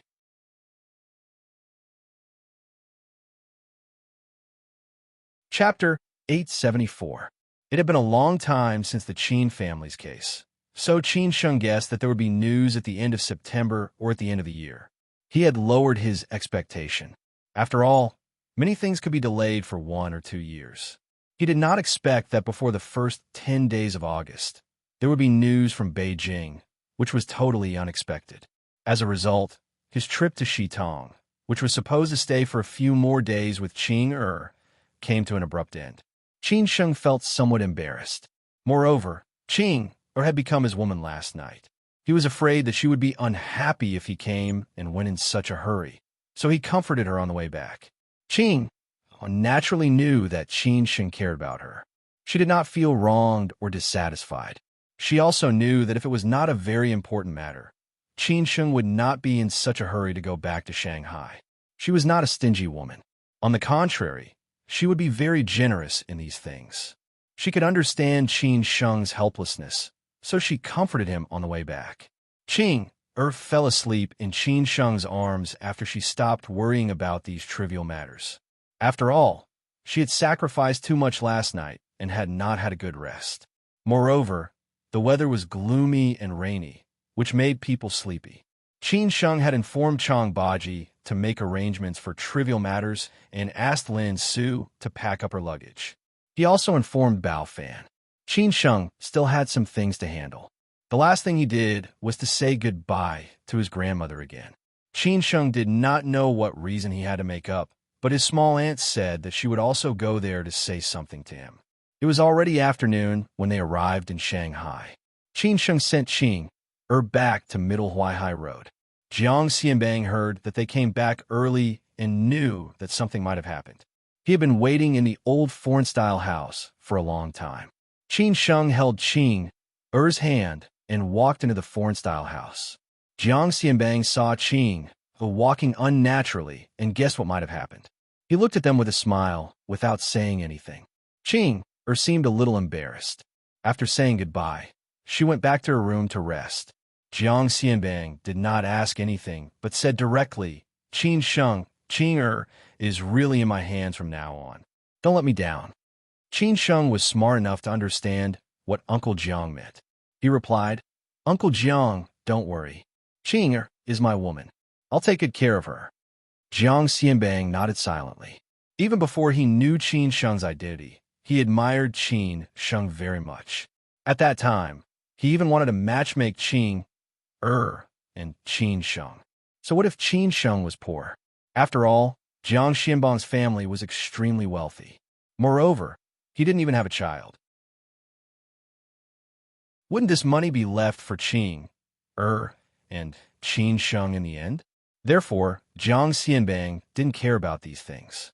Later, Qin Sheng became the heir of the Qin family, which was extremely wealthy. Jiang Xianbang, on the contrary, had some concerns. He was afraid that Qin Sheng would let Qing down and that Qing would be wronged in the end. Who knew that after going through so many things, their relationship had improved by leaps and bounds. At this time, Jiang Xianbang could not control it anymore, so he let Qing be free. He stopped thinking about these things. These were the choices of the young people. Whether they would be happy or unhappy in the future, memories or regrets, it was their own business. Why did you come back in such a hurry? Did something happen? Jiang Xianbang asked with concern. Qin Sheng did not deny it and answered truthfully, I'm going back to Beijing. When? Jiang Xianbang was surprised. Qin Sheng said thoughtfully, tonight. When will you come back? Jiang Xianbang continued to ask. Qin Sheng shook his head directly and said, I don't know. Jiang Xianbang was thoughtful.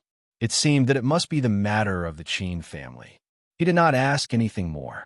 He patted Qin Sheng's shoulder gently and said, I wish you a smooth trip. I will take good care of Qin. Go and say goodbye to her.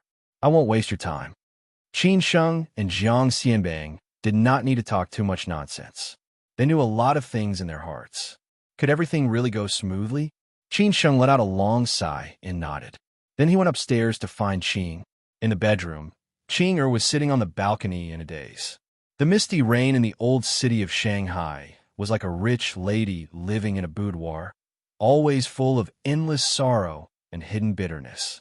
Hearing the sound of the door opening, Qing quietly turned around. After seeing it was Qin Sheng, a smile immediately appeared on her face. This was how people looked like when they like someone. After Qin Sheng walked over slowly, he squatted in front of Qing and held her hands. I'm leaving.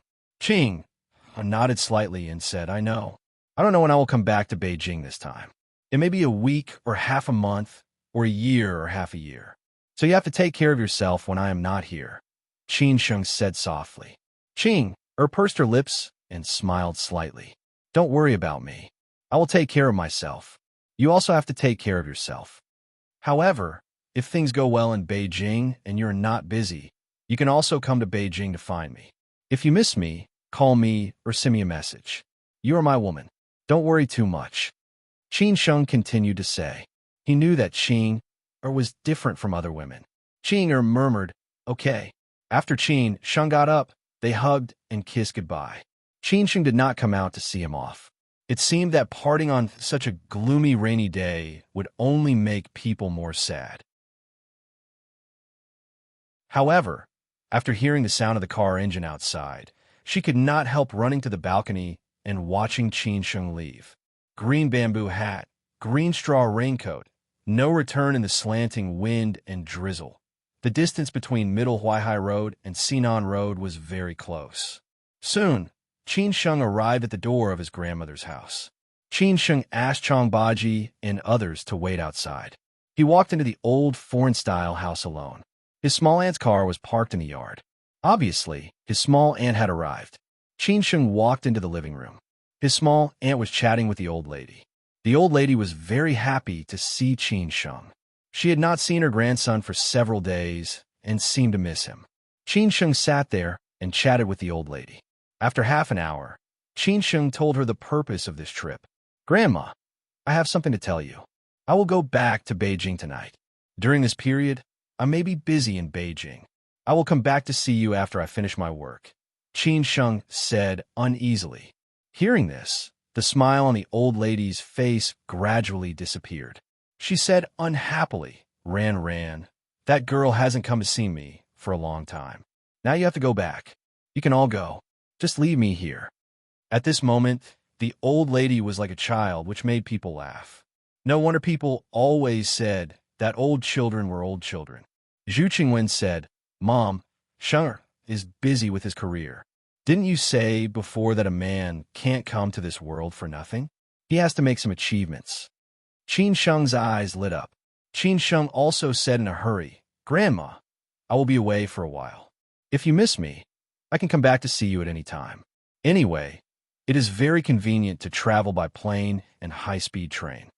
Hearing this, the old lady was satisfied. She stopped muttering and happily talked about the past of the Zhu family. After the old lady went to rest, Zhu Qingwen said goodbye to the housekeeper and took Qin Sheng to the yard. They were not in a hurry to leave. They sat on the bench in the yard. Zhu Qingwen said meaningfully, After you go back, no matter what you do, you have to plan before you act. Think about all kinds of possibilities. People are evil, especially when it comes to interests.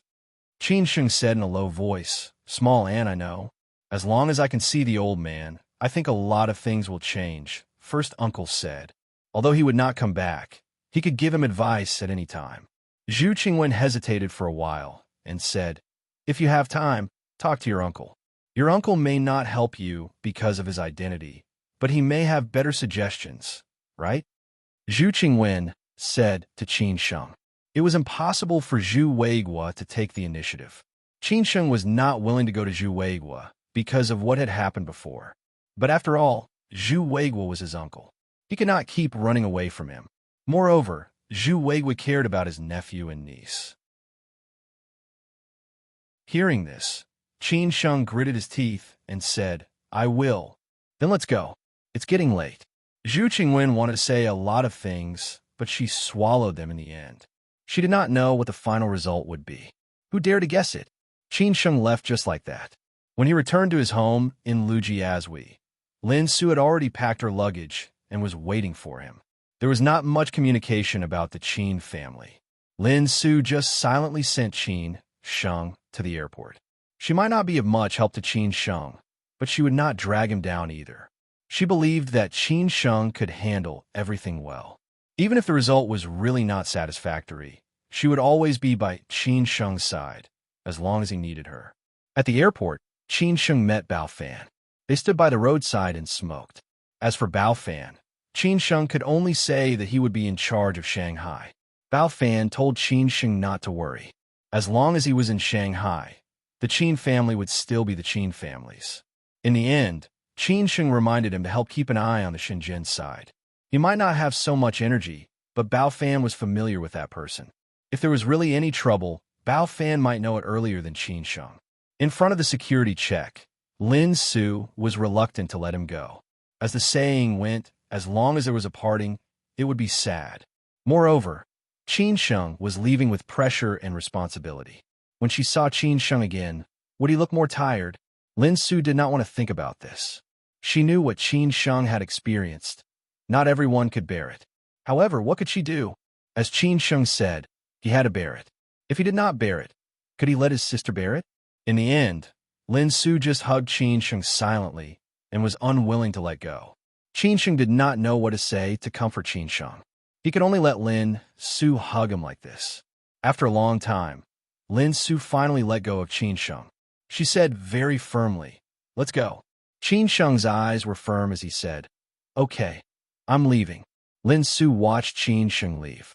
She was unwilling to look away for a long time. At 10 o'clock in the evening, Qin Sheng returned to Beijing successfully.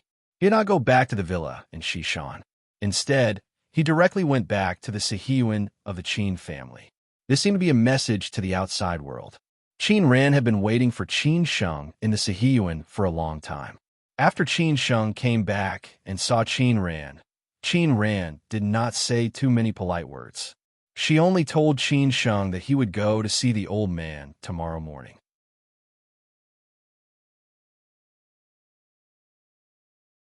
Chapter 875. Qin Sheng didn't expect to hear the long-awaited news as soon as he came back. He thought that although there was some movement in Beijing, it might take some time before they could see the old man, or they might not see him at all. He didn't expect that his sister would tell him that they could see the old man tomorrow. That was why the news was so shocking. Before returning to Beijing, he didn't ask his sister about her situation. Anyway, as long as there was a change, there would be a chance. That was why Qin Sheng came back overnight. Qin Sheng asked in surprise, Sister, are you sure? Yes, Uncle Gong's son and Annie have contacted each other. The one who can make the decision is a friend of the old man.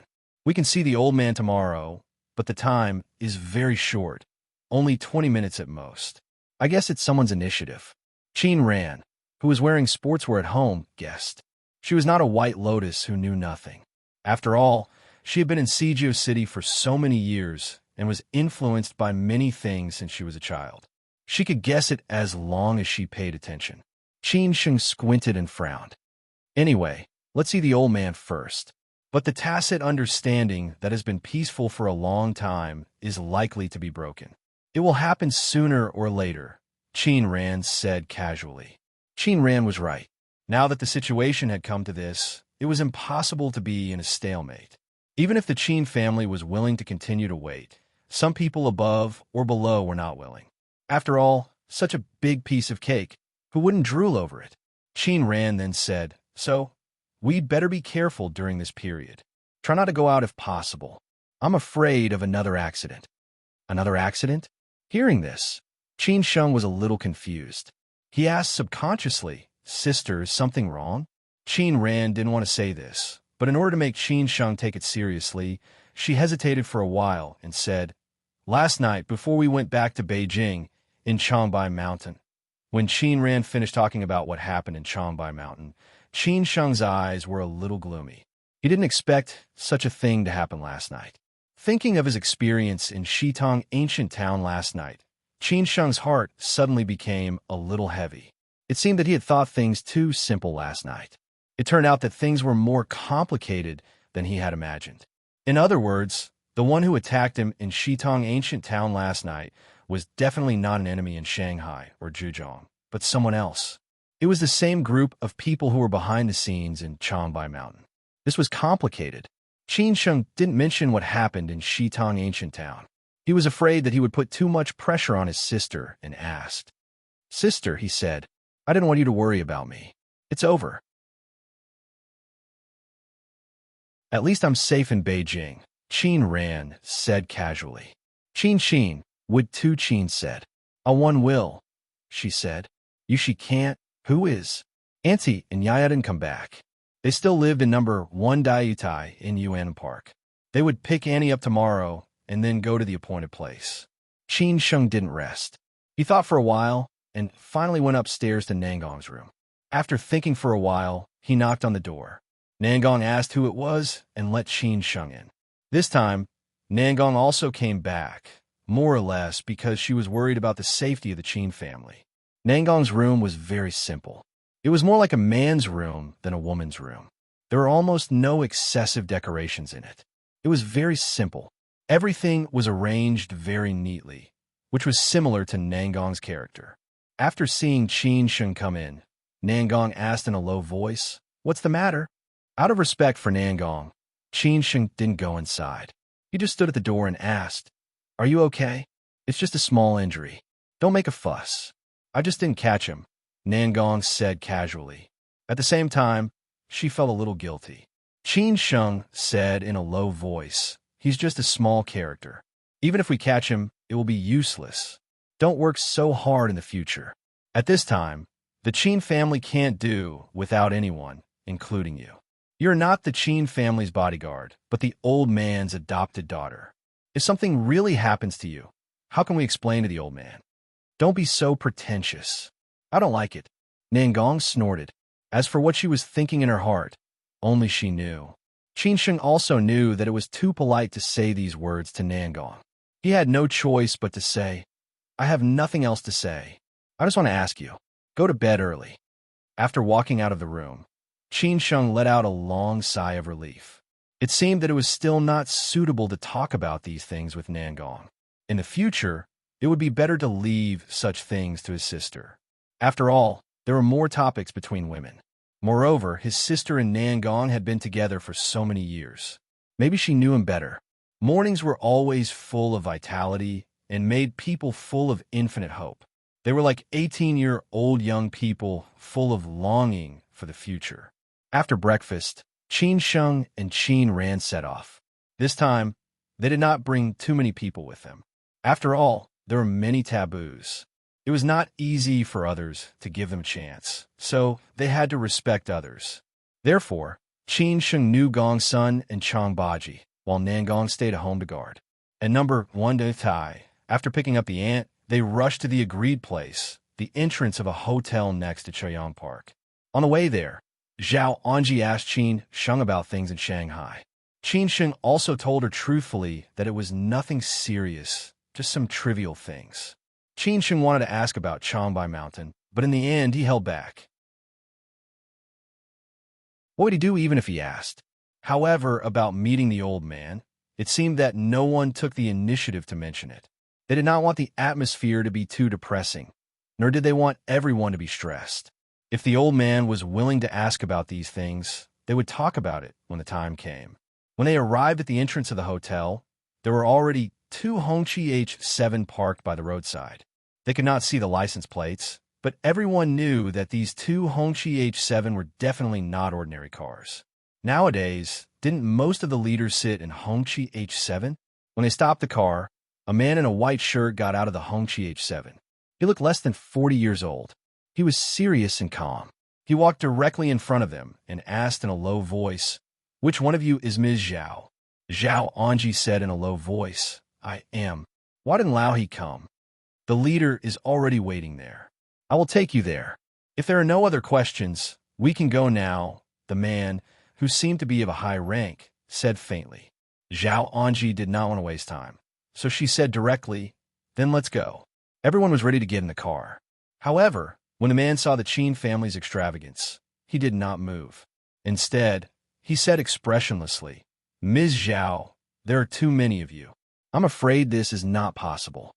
The leader said that due to confidentiality requirements, I can only take 2 of you there. "So, which 2 of you will go with me?" Qin Ran was surprised and said, "Only 2 people can go?" Zhao Anji was also a little dissatisfied and said, "Why only 2? Who said so? This is the leader's arrangement. Don't make things difficult for me." "So, you should decide as soon as possible," the man said calmly. This was not only the leader's order, but also the organization's discipline. He was only responsible for carrying it out. At the same time, his tone was somewhat unquestionable. The Qin family's people looked at each other. Only 2 people could go. Then who would go? Could they go without worry? Wouldn't there be any accidents? "We can't go either." Chang Baji frowned and said, "If he and Gong Sun could not go, if something really happened, who would stand up to protect Qin Sheng and the others?" This seemed to be a little risky. Qin Sheng looked at Chang Baji and said helplessly, "It seems so. There were only 2 places. Zhao Anji, Qin Sheng, and Qin Ran were 3 people. As for who would go, it was still unknown. Obviously, Chang Baji and Gong Sun would not be able to go. Who were they? Can you rest assured?" Chang Baji said somewhat worriedly. When the man heard Chang Baji's words, he was slightly displeased. He looked at Chang Baji and said, "What do you think we are? We are civil servants of the country. What are you worried about?" Gong Sun pulled Chang Baji to the back and signaled him not to say anything at this time. Since it had already come to this, what else could he do if he did not believe it? "You should discuss it as soon as possible," Gong Sun said to Zhao Anji, Qin Sheng, and Qin Ran. Zhao Anji had no choice but to call Qin Sheng and Qin Ran to the side. She said thoughtfully, "You and your brother decide who will go. I will go with you. No matter what, I am the one who dragged this matter. Even if there is a risk, I have to bear the responsibility." Qin Ran quickly pulled Zhao Anji and said with a smile, "Auntie, it is better for us to go. I also miss the old man a little. If the old man has any instructions, we will tell you when we come back." At this time, Qin Sheng had already thought it through. Annie had to go because she was the only elder in the Qin family who could speak. They were not qualified to contact some important resources and connections, but Annie had enough qualifications. So if there was any instructions, the old man might want to tell Annie so that she could help them. As for the rest of the things, he could handle it. But if there was any risk, he would rather bear it himself than his sister. Moreover, he had a certain level of strength, but his sister could not. "Sister, don't say anything. Just listen to me. I will go with Annie. You wait for me here. At least with me. If there is really a problem, you can protect yourself," Qin Sheng said honestly. Qin Ran wanted to continue arguing, but seeing Qin Sheng's determined eyes, she knew that she could not persuade him. In the end, she could only nod and agree. "Then let's go." Seeing that the decision had been made, Zhao Anji did not want to waste any more time, so she said directly. Therefore, the Qin family finally decided that Zhao Anji and Qin Sheng would go, and the others would stay here and wait. Originally, Chang Baji wanted to send someone to follow them secretly, but he was dispelled by Gong Sun. Gong Sun said that if there was no danger, this action would be provoking the other side, and the Qin family would only be in a more difficult situation. Chang Baji had no choice but to give up.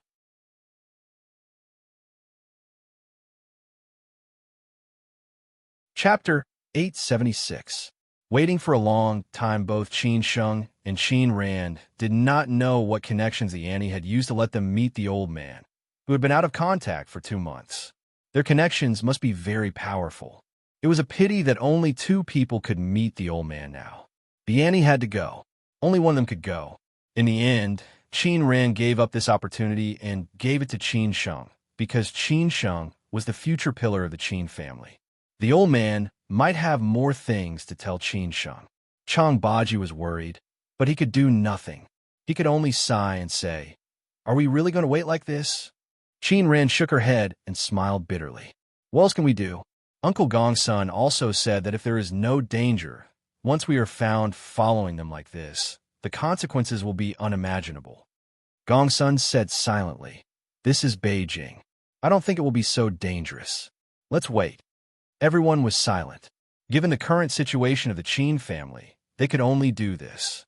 When did the Qin family become so embarrassed? It was really like a tiger being bullied by a dog. Qin Sheng and Zhao Anji did not take the same car. Instead, they took 2 cars at the request of the middle-aged man. After they got in the car, they found that there were 3 people in each car, including the driver. The one next to them in the back seat was supposed to monitor them.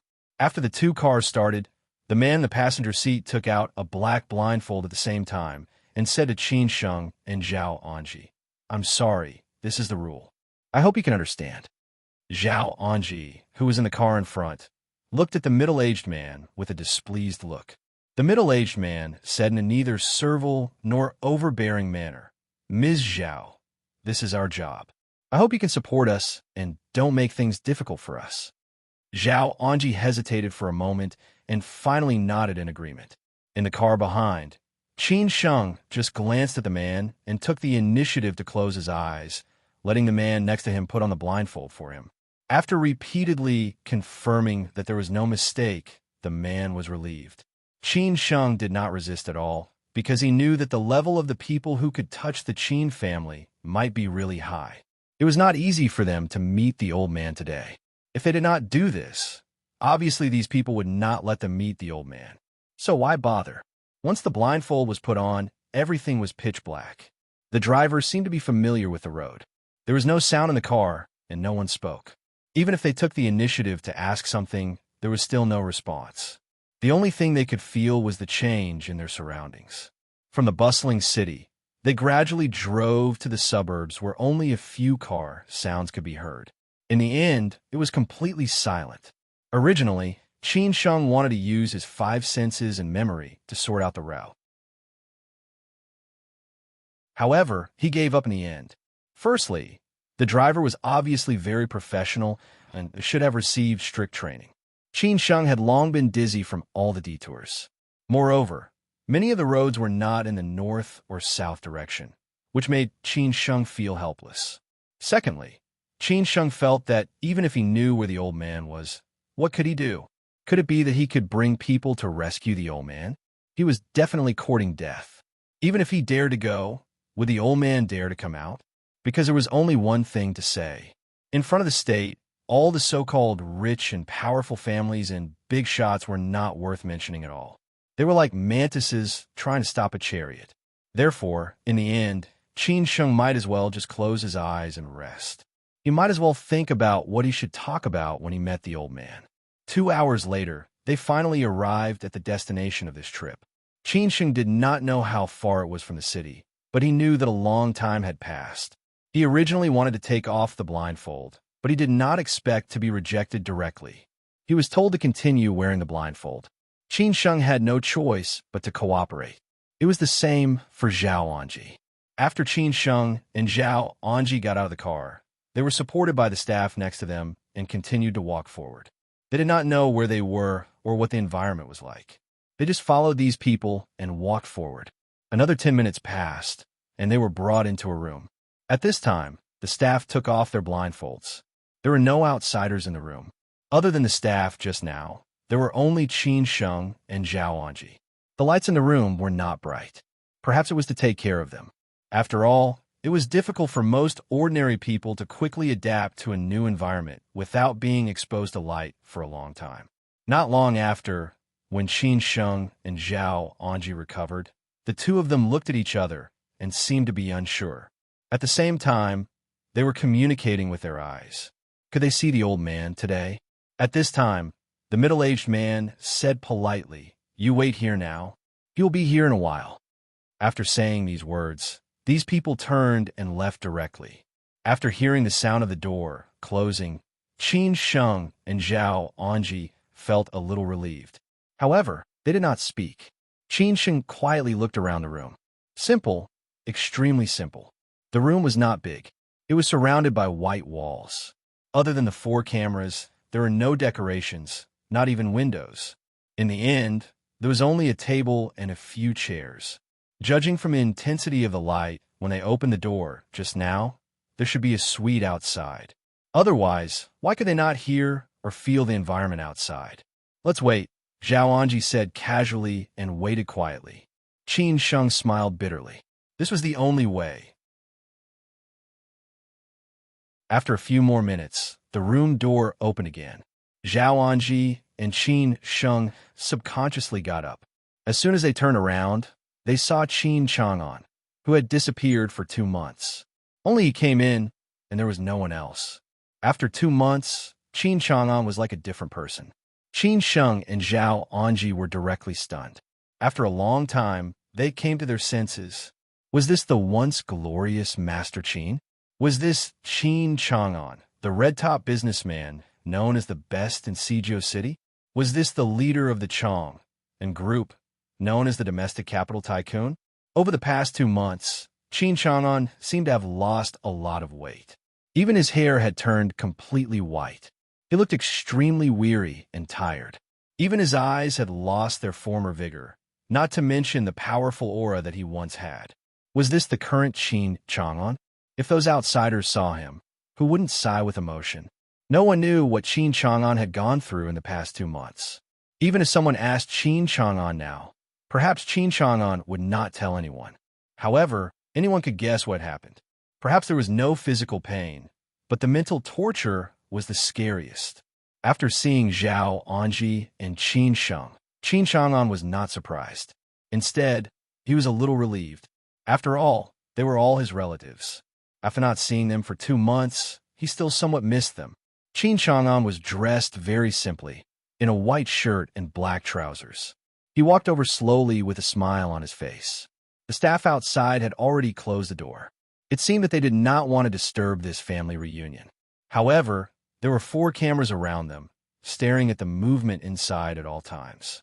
If there was any movement, they would rush in immediately. Not to mention that there might be a recording device hidden in the dark. No one knew about this. Although Qin Chang'an was relieved, he did not like such a sad scene. After all, he used to be Qin Chang'an. He said calmly, "Sit down and talk." Qin Chang'an did not have any complaints.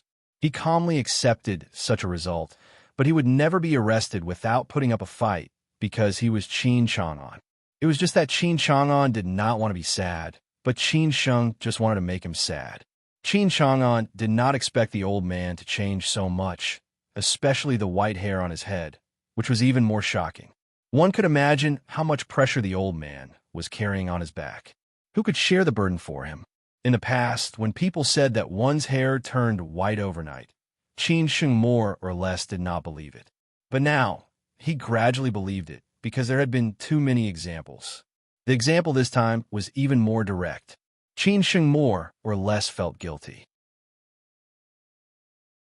He thought of how he used to complain about the old man, blaming the old man for making him lose his mother, blaming the old man for letting him drift outside for many years, blaming the old man for not recognizing him even though he had found him long ago, blaming the old man for secretly controlling his life, and many other complaints. Qin Sheng had accumulated them in his heart, so he had never really acknowledged the old man. But it was not until this moment, until he experienced these recent things, that Qin Sheng realized how difficult it was for the old man. Compared with the things the old man had to bear, his complaints were nothing. Moreover, he could more and more understand why the old man did this. If he did not do this, could he really bear these things now? Perhaps he had already been crushed by these pressures. Therefore, at this moment, Qin Sheng could not bear it anymore. He subconsciously shouted, "Dad! Dad?" When Qin Chang'an heard the word dad, he stopped in his tracks immediately. It seemed that he did not hear it clearly. He lifted his head and looked at Qin Sheng with a puzzled expression. However, when he saw Qin Sheng's expression and the pair of eyes that were filled with tears, he knew that he did not hear it wrong. Qin Chang'an had been waiting for this for a long time. What should come finally came. Qin Chang'an had really waited for a long time. For a moment, he even forgot how to respond and could only look at Qin Sheng with a smile. Qin Sheng shouted again, "Dad, you have worked hard." Qin Chang'an laughed mockingly at himself. After hearing Qin Sheng call him Dad, which he had not heard for a long time, Qin Chang'an felt that all the pressure was not pressure anymore. He had nothing to be afraid of. Let the storm come at him, as long as Qin Sheng and Qin Ran were fine. You're tuning into the Warrior Lore YouTube channel. Don't forget to subscribe and join us on this journey to catch the most captivating stories.